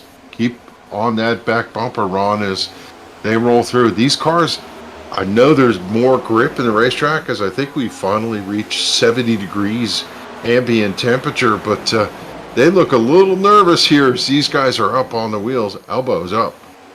Watch Justin Fuller and Chad Coleman up here in the front. These two are now starting to battle with Glaser and Calantoni battling it out through as well. Wesley Donaldson looking to get the move. Is there 3 wide? I saw a wiggle from the 12 of Lane Phillips. I think they hold on to it, though, as they come out of 4. I tell you what, I haven't seen aggressive racing like this in a hot minute, and it's somehow scary, but it's trance. It's got me in a trance. That's the word. I don't know the word I was looking for, but I'm just encapsulated by it at this point. I'll tell you what, David Schildhouse unfortunately got blocked in there behind that number 12 of Lane Phillips, who had a nervous moment over there in 3 and 4, and who went around it, but the guy he followed through, the 93 of Kevin DeBrown, he's up to the 9th position in on the charge. Keeping this battle moving. Calantoni looking to go around the outside of the 36 of Bentley Glaser up here in the front as they go. And that number 9, I see Bobby Wetzel starting to make a run through, has gotten past Trudell and Comstock. We haven't talked about David Comstock in the 13. That reverse paint scheme there that seems to just hold the light in that number 13. I thought the car was black, but it's definitely coming off more gray here in the nighttime, for me at least, as they go through. Ron Hollifield with a pass on Britzman going around, and we are now 18 laps to go. We're now counting down laps to the end, and I have a feeling that the racing is going to get harder than ever as these guys continue. Yeah, it's go time. If you've got anything, lay your cards down on the table and go for it right now. It is the 51 of Justin Fuller, who I think last week told us he likes this racetrack and knows how to get it done. Not a fan of the car. That's been well documented, but right now he's in command of this race. Seems to be pulling away a little bit. I noticed he's been changing lanes, and when you come off of turn 2, the car will sweep out, and then when it gets to the flat, it tends to make that little wave to the left, and we see all the cars do the conga out of turn number 2, but Justin Fuller, his car, we don't say this very often, Brad. It looks like it's down into the racetrack finally, and he's having a good run in that number 51. I think clean air probably has a lot to do with it. Yeah, I don't want to jinx Justin Fuller in any way, because I'm worried Justin Fuller would find my address if I managed to commentator's curse him on a run like this. But he is having the drive of all drives that he needs to have here today. Qualified 6th, as you said. He said it was his track, and well, he's kind of proven it here. And there's a few drivers behind that can take that away that are all very fast. And I tell you what, if something comes up and they do take it away, I'm not going to be the one to interview him in post-race. I'll just say that as we go through. Watch Chad Coleman run the midline. Watch that 36 of Bentley Glaser and that Mountain Dew car run the low line as Hudson slams the wall. Tyler Dalton goes defensive, and then further back, that was Edson and Hollifield that had to go defensive as these cars are starting to loosen up with 15 laps to go.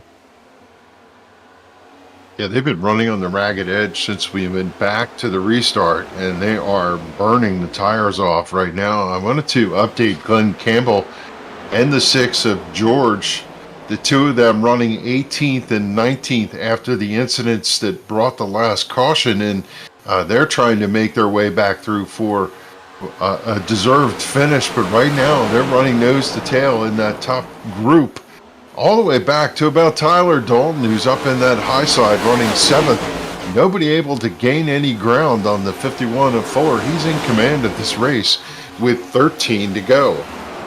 13 laps to go here in the Never Quit 240 in Sim 500. And the question is, who will bring the glory as several drivers hit the wall out of 2? Schildhouse, Dalton, and I believe Hudson as well hit the wall there out of 2. So not what you really want to see as we come through 4. And that 12 drifts very high up, holds onto it there though, and up front, Justin Fuller, Chad Coleman, still second verse, same as the first. Justin Fuller, 12 laps to go, 0.2 of a second lead.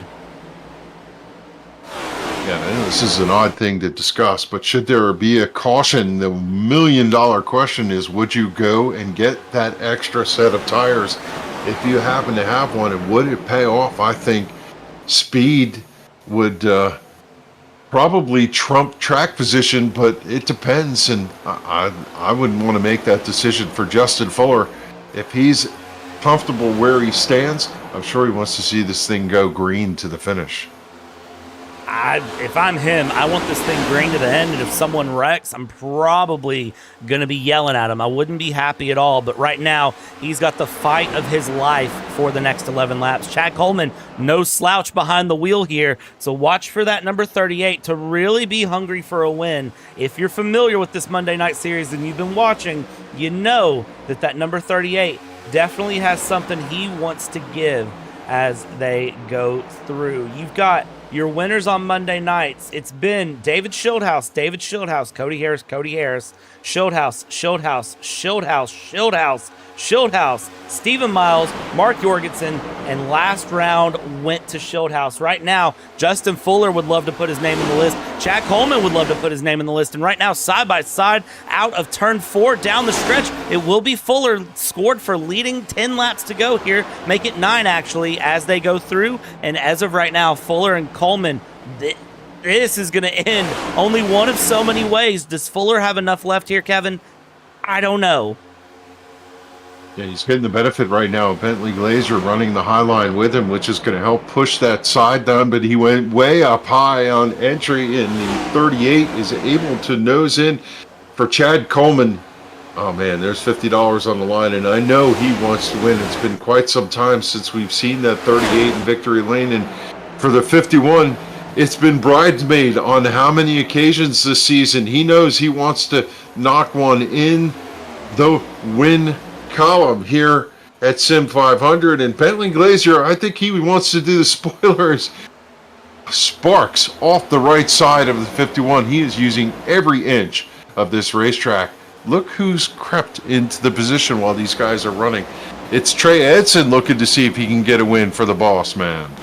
Yeah, and that would be amazing to see that 14 come through. We ride on the rear bumper of Justin Fuller. This is what's full of his rearview mirror. And I tell you what, if you don't think that's scary enough, let's just go ahead and jump in the helmet cam. Look in that rear mirror the whole time he's driving. He's not looking forward at the track right now, I'll tell you that much. He's watching this rear mirror as they'll come across the line. 6 laps to go. He is looking. He's trying to figure out where Coleman's going. He's trying to figure out where Edson is going. And now he's trying to figure out where Glazer is going as well as, oh, he gets in the wall hard there through 1 and 2. That opens up the door for the 38, which opens up the door for the 14 as they'll exit out, and the 38 of Coleman will clear behind Fuller. Doesn't get the pass, but now down into 3. Does he have the run? That 51 is hugging the high line, ripping the fence hard, and really it's working out for him. 5 laps to go as they cross the line.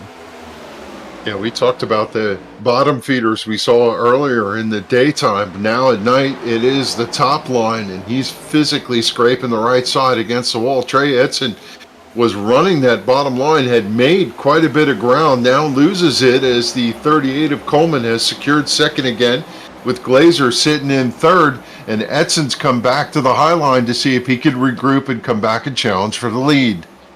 On board the blimp here as they go. Chad Coleman trying to challenge for the lead here on the 51. 4 laps to go this time by as they come through. The 36 now wants to get past the inside. They continue to battle further back through. I want to make sure we also acknowledge Callan Tony here that is going hard with Britzman, the 43 and the 84, with the 93 and the 2 of Kevin DeBrown, Robert Fryery the third respectively battling. Joe Hudson, Kyle Trudell going. And this is all all behind Justin Fuller, but Justin Fuller just needs to look ahead as they battle hard behind their Schildhaus, now coming up into the top 8, trying to just sneak the way through. 3 laps to go. Justin Fuller has 3 laps around this circuit to hold on. Can he do it, though? That is the question. Chad Coleman in the 38, trying every trick in the book. Low, high, sideways, trying to see what he could do to make the run and get past the 51. Unsuccessful so far, as Fuller has had him covered out behind them every time they get side by side. That brings Glazer and Trey Edson into the march. Time's running out. We got 2 to go, and it is Fuller scraping the wall over in turn 1 and 2 out of to the back straightaway. Just 3 miles left to go for Justin Fuller here. 3 miles left to go of opportunities for Chad Coleman. Into 3 and 4 we go. Fuller running the high line. We're on board with Coleman, as Coleman's going to try to peak low, going to try to look for this as they come through. They'll take the white flag this time by, and as they take that white flag here, it is 1.5 miles left to go for this race. Fuller through 1 and 2 will run the high line. Glazer has been swallowed up there by Edson. Edson, the sub driver for Joey Jattina, the boss man here, wants to get a top 3 for the boss man. Would be an amazing result. Chad Coleman has 2 more corners to make this work. For the final time, Justin Fuller is going to take it defensive. This is what we call a mega run through, and it is going to be the bridesmaid, time and time again, who claims the win for the Never Quit 240 here at Charlotte Motor Speedways. Oh my God, there's cars upside down in the background. Fuller, Coleman, Edson, Glazer, Trudell, that's your top 5 at an amazing race. Outstanding run. I saw the 51 pull down, cover the front, and the 38 stalled out going into turn 3, and that locked in the win here for Justin Fuller, who finally, after a number of second place finishes, gets his first win as we head into Memorial Day. Congratulations to Justin Fuller. He's worked hard all season to pull down the victory, and he got it here tonight at the Charlotte Motor Speedway. I tell you what, this one's got to feel good for Justin. Again, you said it, Kevin, just he's pulled second fiddle time after time after time to Schildhaus, to Harris, to Jorgensen. I mean, it's frustrating as a driver. I mean, he's even said it that he doesn't like this car. I have a feeling he's going to really be a fan of this car after tonight. When we talk to him, he's probably going to say that this car isn't that bad. Maybe. I don't think you know him well enough. Listen, it was a thought. About the car after he won. I promise you that. But I'm both glad and disappointed for Chad Coleman. I know he wanted the victory so bad, tried everything he could. What a valiant battle in those last 15 laps. He was actually ahead coming off of turn 2 at one point. Almost cleared the 51, and unfortunately he has to settle for second. Can't be disappointed with that, but I know he wants to be the one doing the donuts over on front stretch.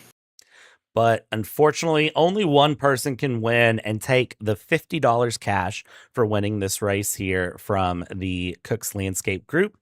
And when it's all said and done, it is Justin Fuller getting the win. Chad Coleman in second. Trey Edson, that number 14, that's a substitute driver of Trey, but a very experienced driver nonetheless, as that 14 gets third. Bentley Glazer there in fourth was fighting hard, and Kyle Trudell in fifth. Joe Hudson in sixth. Wesley Donaldson in seventh. Tyler Dalton pulls off a top 10. David Schildhaus in ninth. And Sean Bretzman in the top 10. From there, P11, Kevin DeBrown and Thomas George. Robert Fryery the third. Anthony Calantoni, David Comstock round out your top 15. Ron Hollifield, Bobby Wetzel, that number 9, found P17. Lane Phillips in 18th. Glenn Campbell 19th. Eric Arnold in P20. Brian Wortman found 21st place when it was all said and done. Doy Woods 22nd. Doug Sigmund 23rd. DeAndre Kane, Jason Pick, Alan Wild, Nelson Rivera, Mike Montesi, Cody Harris, Randy Yoakum. Your top 30, with several of those drivers being out or laps down respectively, and the rest of this list being DNFs for the run. Josh Parker, Colby, Hatt, Macklin, Stone, Woods, Gonzalez, Jorgensen Jr., and EJ O'Rourke, the 29 drivers that took on the Never Quit 240 here. Tell you what, Mr. Kevin England, I'm going to let you do the honors of talking to the winner of this race, wherever he is floating around when he is ready to talk, which I see him now. So, Kevin, let's get a word in from the driver who doesn't like the car, loves the track, and has finally found his win here in Sim 500, Justin Fuller. 4 times a bridesmaid, but this is the night. How about it, Justin Fuller? Finally pulled down the win. What a valiant battle at the end of this race with Chad Coleman. How did you keep him covered and come down for the victory? It was it was tough. I didn't fill it up. I was trying something and trying to mute chat here in the game. I didn't fill it up, and I was like, man, it's either gonna make me tighter, maybe it's gonna make the car a little better. And it seemed like it worked to begin, and then it just got super tight. Chad was able to charge the corner a lot more, and obviously the draft is pretty powerful in these cars. So he was able to hang with the draft too. But I know how much dirty air means in these cars, so I was just trying to dump any kind of dirty air I could on him. Eventually, I realized that it was going to be almost impossible for him to pass me on the bottom, so I just put it on the fence. And I'm telling you what, I don't know if you guys watched a whole lot of that of me tonight, but I was ripping the fence at 3 and 4, and I had a smile from ear to ear. That was an absolute blast ripping the fence tonight. Yeah, I don't think I've ever seen anybody take the tactic of racing the fence like Darlington here at the Charlotte Motor Speedway, but the sparks were flying tonight as you held everybody off.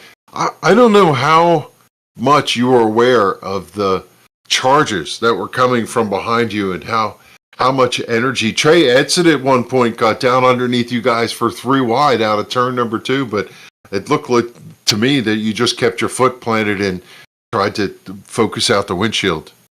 Eventually Trey was going to level off a little bit closer to us, and that's about the time that he caught us. Unfortunately for him, he's my teammate, so he's subbing for Joey Gattina tonight. But so Joey gets another great run this week. So good for him. But I knew Trey was coming. Honestly, I guess Trey had an issue coming to the field and lost a good chunk of time. And honestly, if it wasn't for that, he probably would have got there and passed us. So I got to go back and look and see what happened. But regardless, it's I'm happy to finally break through and get to victory lane.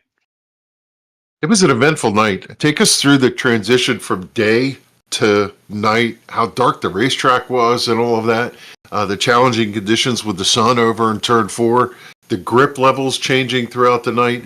Take us through your tactic. You were on the back from the beginning, just kind of riding tire strategy. It was a long race, and somehow you put together the right combination to come down for the win tonight. The track changed dramatically when the lights came on and the sun was down completely. So the speeds picked up, and I mean everything just changed. It was absolutely incredible. Like it was. I mean, obviously, for word, it was a night and day difference. So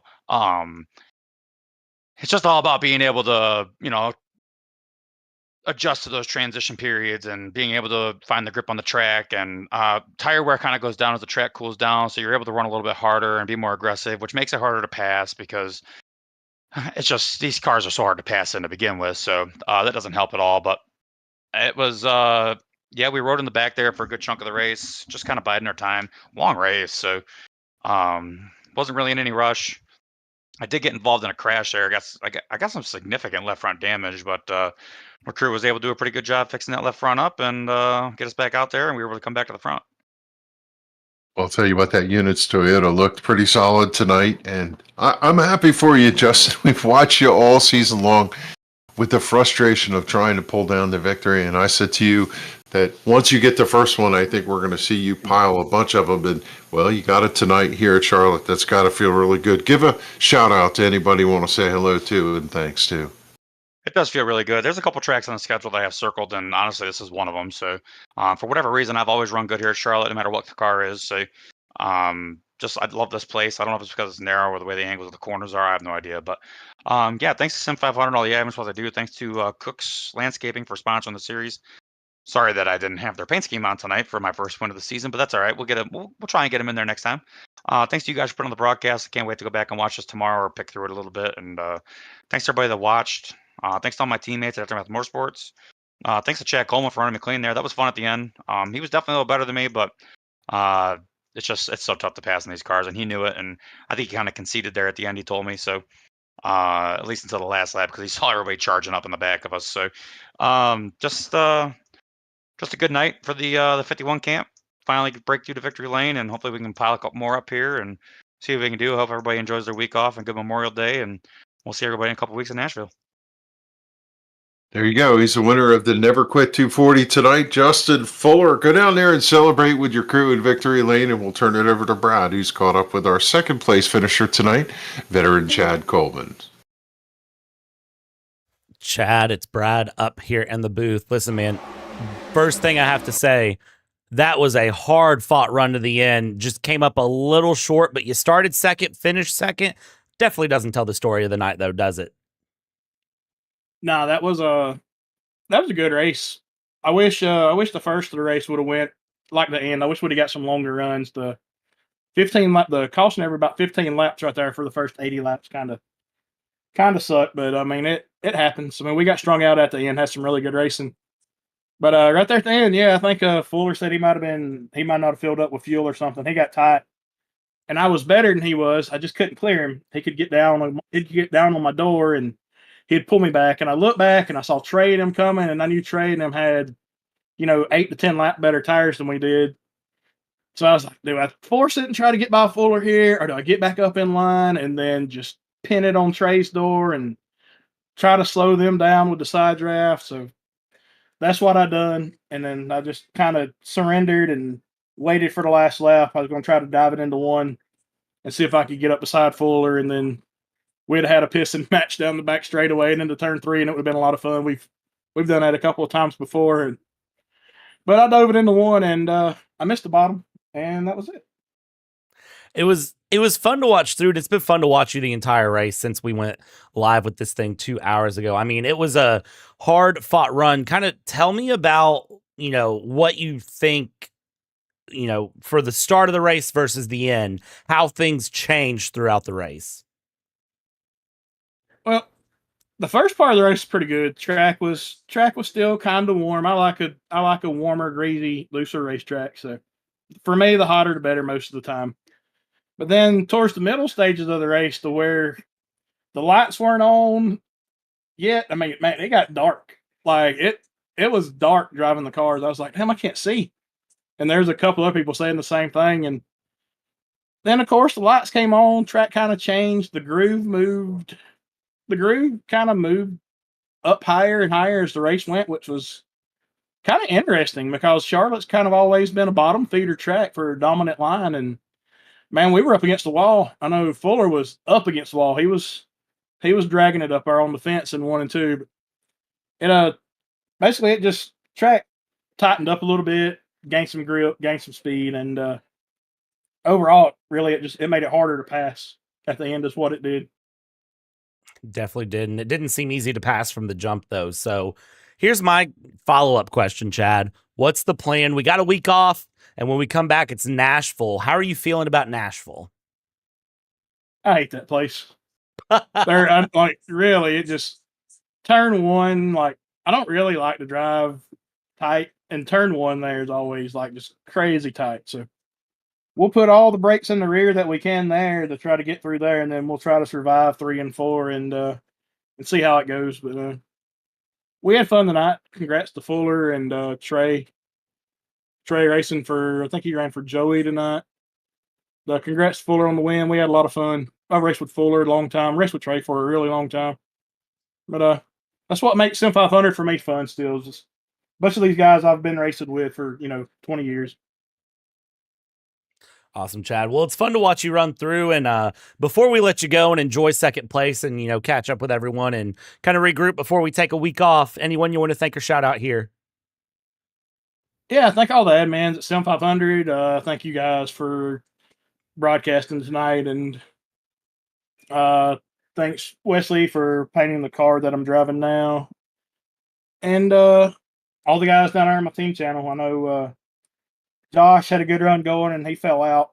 I don't know if his computer crashed or what happened, but it crashed out when he was pitted from the lead. And Kevin Brown ran good. His strategy kind of got screwed by caution, and Comstock was fast all night. And then I think he said he got in the fence a little bit, and it broke something on his car, and it made him plow. But thanks to all those guys. They were ones that kind of make it worth getting on here and racing with the camaraderie and, just get on here with the friendship. So it's kind of crazy. Say you've been friends with people for 20 years and never seen them. Yeah, Chad, congratulations, man, on the second place. And hopefully we'll talk to you more as the season goes on here, but we'll let you go enjoy second place. And Kevin has caught up with Trey Edson, the third place finisher here on the night.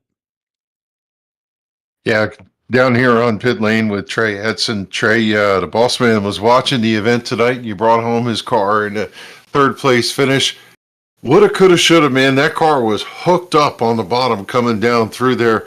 You got so close to grabbing the lead. Take us through your last 15 laps. Yeah, I actually had wheel damage because the run before I was trying to follow Coleman up out of 4, and we got pushed up a little bit, and I killed the right side of the car. But oddly enough, it's a video game, so weird things happen. But it made it like it was really, really loose. But after a couple laps, it made the dang thing turn. So, we got that last caution. I came and got tires. I didn't think they would matter that much, but a few laps into that last run, I could, I was making pretty good hay, and I was like, okay, I think we have a chance to go get this thing. And then somebody wrecked Montesi into 3 right on my nose. Like he spun across me, and I checked up pretty bad, lost a bunch of time.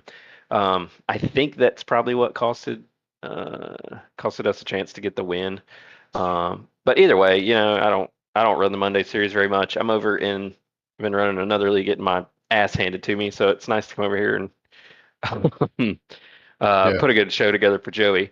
Brad, I think, broadcast that other league on Tuesdays. I get chewed up over there, but yeah, we I started making some moves, making hay, and I was like, man, I think we're gonna get there. We're gonna have a chance, and it's just kind of like, as soon as I got there, I don't know if the tires gave up or what was going on, but I was just extremely tight on entry. But I was here to sub for Joey, and I think he'll be thrilled with a third place. Yeah, it was an interesting dynamic as the racetrack changed. We heard from the other two that track conditions changed quite considerably from day to night, especially in that dark window. It was difficult to see, was it not? Yeah, I was bragging on the game and like the graphics during the daylight and the sunlight. I'm like, man, this game looks really good. Like they did a good job. And then the lights came on, the surface looks different, and it was just tough. I honestly, once the lights, I was leading in the daylight and wasn't even driving hard, and the car never really got tight on me, never really got loose. Like I thought I was taking care of it and we were going to be good. I wasn't even shifting. Like I was passing guys, just keeping it in 5th. And then, when it got dark, I'm assuming the speeds pick up, but I was really, really tight. I got off sequence on the tires, went to the back, just really tight. Couldn't figure it out once it got dark, and I had to start shifting, kind of moved off the bottom. Like I just never really figured it out. So the late caution and the tire advantage really kind of saved my night. But it was fun. I don't really like the next gen. I don't really ever drive the thing. But I actually had a good time. Yeah, we see you occasionally. We've seen you run Monday nights consistently, and then you stopped coming around, so it's nice to see you back. Welcome. And third place against a tough field at a racetrack everybody runs hard at. That's one to hang your hat. Good job tonight, Trey. Congratulations.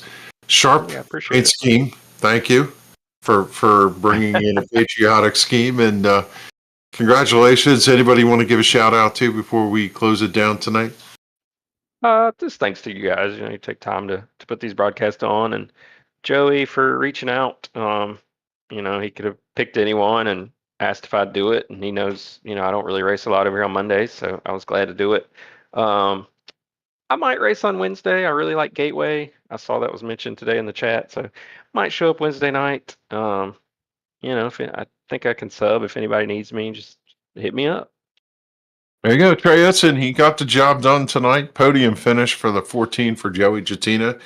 And he comes away third after Justin Fuller and Chad Coleman. Thanks, Trey, for taking the time to talk to us, and enjoy the off week.